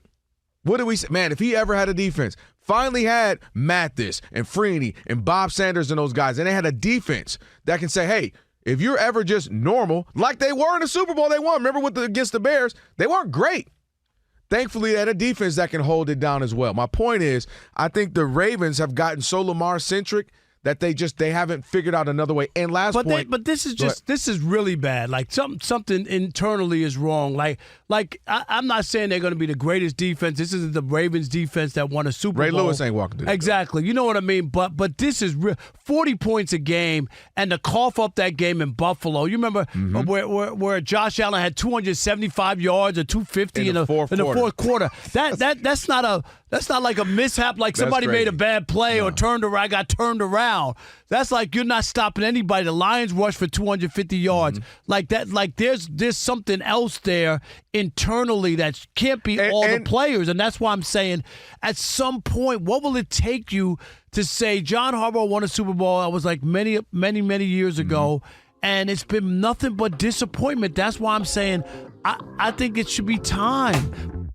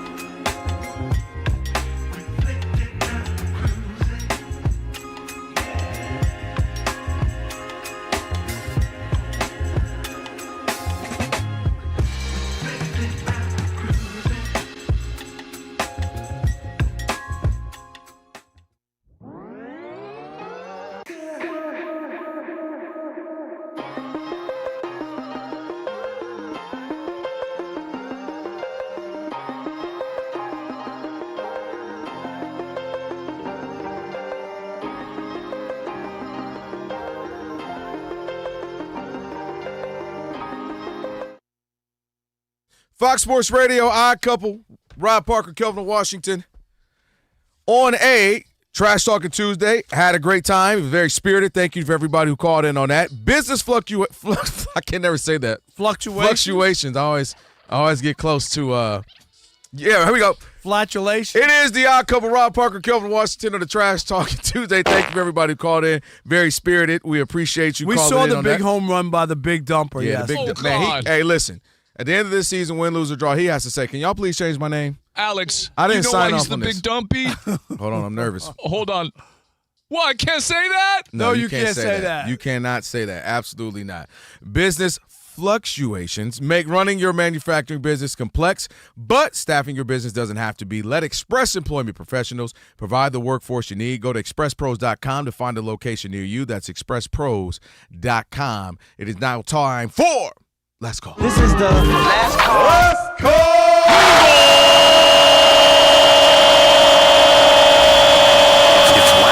Last call time on the Odd Couple. A National Association of Black Journalists Hall of Fame inductee, a radio and television staple. Hello. Mentor to hundreds. Go look at the numbers. A national treasure. Don't stop there. Where it all began.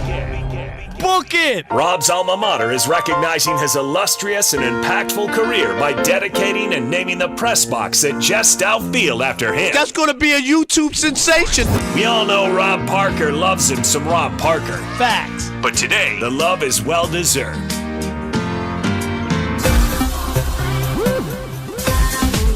Wow. Ron, it's Jonas. Just want to say congrats, man. Incredible honor. If you know Ron Parker, you know what this means to him, and you know what... Oh, it's Rob? Oh. We'll take that part out. Rob Parker, congratulations, man. Nobody deserves it more. You're the best. Keep killing it, and congrats on the honor. Hey, Rob, it's Ben Maller from the Twilight Zone of the Overnight. Congratulations. Happy to call you a friend, and congratulations on having the press box named after you. A school that's been around since the late 1800s. That is an awesome honor. Well-deserved, Rob. Enjoy the big day. Hey, it's Mike Harmon. Congratulations, Rob Parker, my longtime friend and colleague. When they put that plaque up, you celebrate the Owls. You know, they're going to say, "Who?" A hoot as they walk by. Either way, I knew you would appreciate the pun. Congratulations. Go do great things. You live forever on that press box, asking the tough questions in our sporting universe. Jason Smith here. The Rob Parker Press Box, Southern Connecticut State University. Is that an accredited school? Like, is that, or is that like, can I apply there on the internet and just like take a couple of Zoom classes and get there? But hey, congratulations, Rob. Your own press box. I would assume that there will be free refills of soda, since that seems to be something near and dear to your heart. There will be hot dogs that will be under $2 a piece, because that also seems to be in your wheelhouse. I assume there will be clothing out there for everybody with your face on a Nike or Adidas. I'm sorry. Is that legal? Congratulations, Rob. Awesome achievement. Terrific stuff for you. Terrific career. I am definitely coming for free refills. Hey, Rob Parker, it's Cavino from Cavino and Rich, and your own press box, man. That's big time. So well-deserved, but you've always been big time, man. You're such an inspiration, and we're so happy for you. Congrats on that major accomplishment. You're the man. Congrats. Rob Parker! What's going on, man? It's Rich Davis from Cavino and Rich. I couldn't be happier for you, but it's so well-deserved, man. SCSU, I mean, could there be a better representation as far as alumni? You've been rocking it since the 80s, covering my Mets in New York. Been dominating for 40-plus years. So happy to become your friend here at Fox Sports Radio. Cavino and I every day talk about how fun it is to just chat it up with you in the hallway, what you do for baseball, just your whole vibe and everything, man. We're both so happy for you. Well-deserved. You're the man. And save us some seats in those press boxes. My hat is off. Won't you stand up and take a bow? Congratulations, Rob. Wow. Yeah. That was awesome. You got him standing up in the other room. That was so awesome. Look at you. You thought we were about to take this call. Just shout out to Jeremy. My bad, Jeremy. We had to set it up real quick. Yeah, because you had me fooled. Yeah. I was like, what is that playing or whatever? Yeah. But that was nicely done. Thank you. And I said this to you before. You know, I've worked everywhere. I know. 1,000 jobs. I've worked with everybody. And I'm not saying it's because I'm being a prisoner of the moment or because we're working here right now. But it's the best place I ever worked. Hands down. There's no doubt about it. Like the people, the way that they treat me here, the thing that I love the most is that Scott, Don, and everybody here, they let me be me. They never asked me to be anybody else. I just come in and be me, and I love it. Yep, and you'll be doing it all for another 5-6 years as well. Congrats to you again, brother. Thank you. I got a plate of food that has your name on it. Thanks again for the food. No Shout out doubt. to Chef Tony, Chef Fanatic as well. The Jason Smith Show with Mike Harmon is coming up next. I never miss your radio show. I never hear it, so I never miss it. Did you hear that?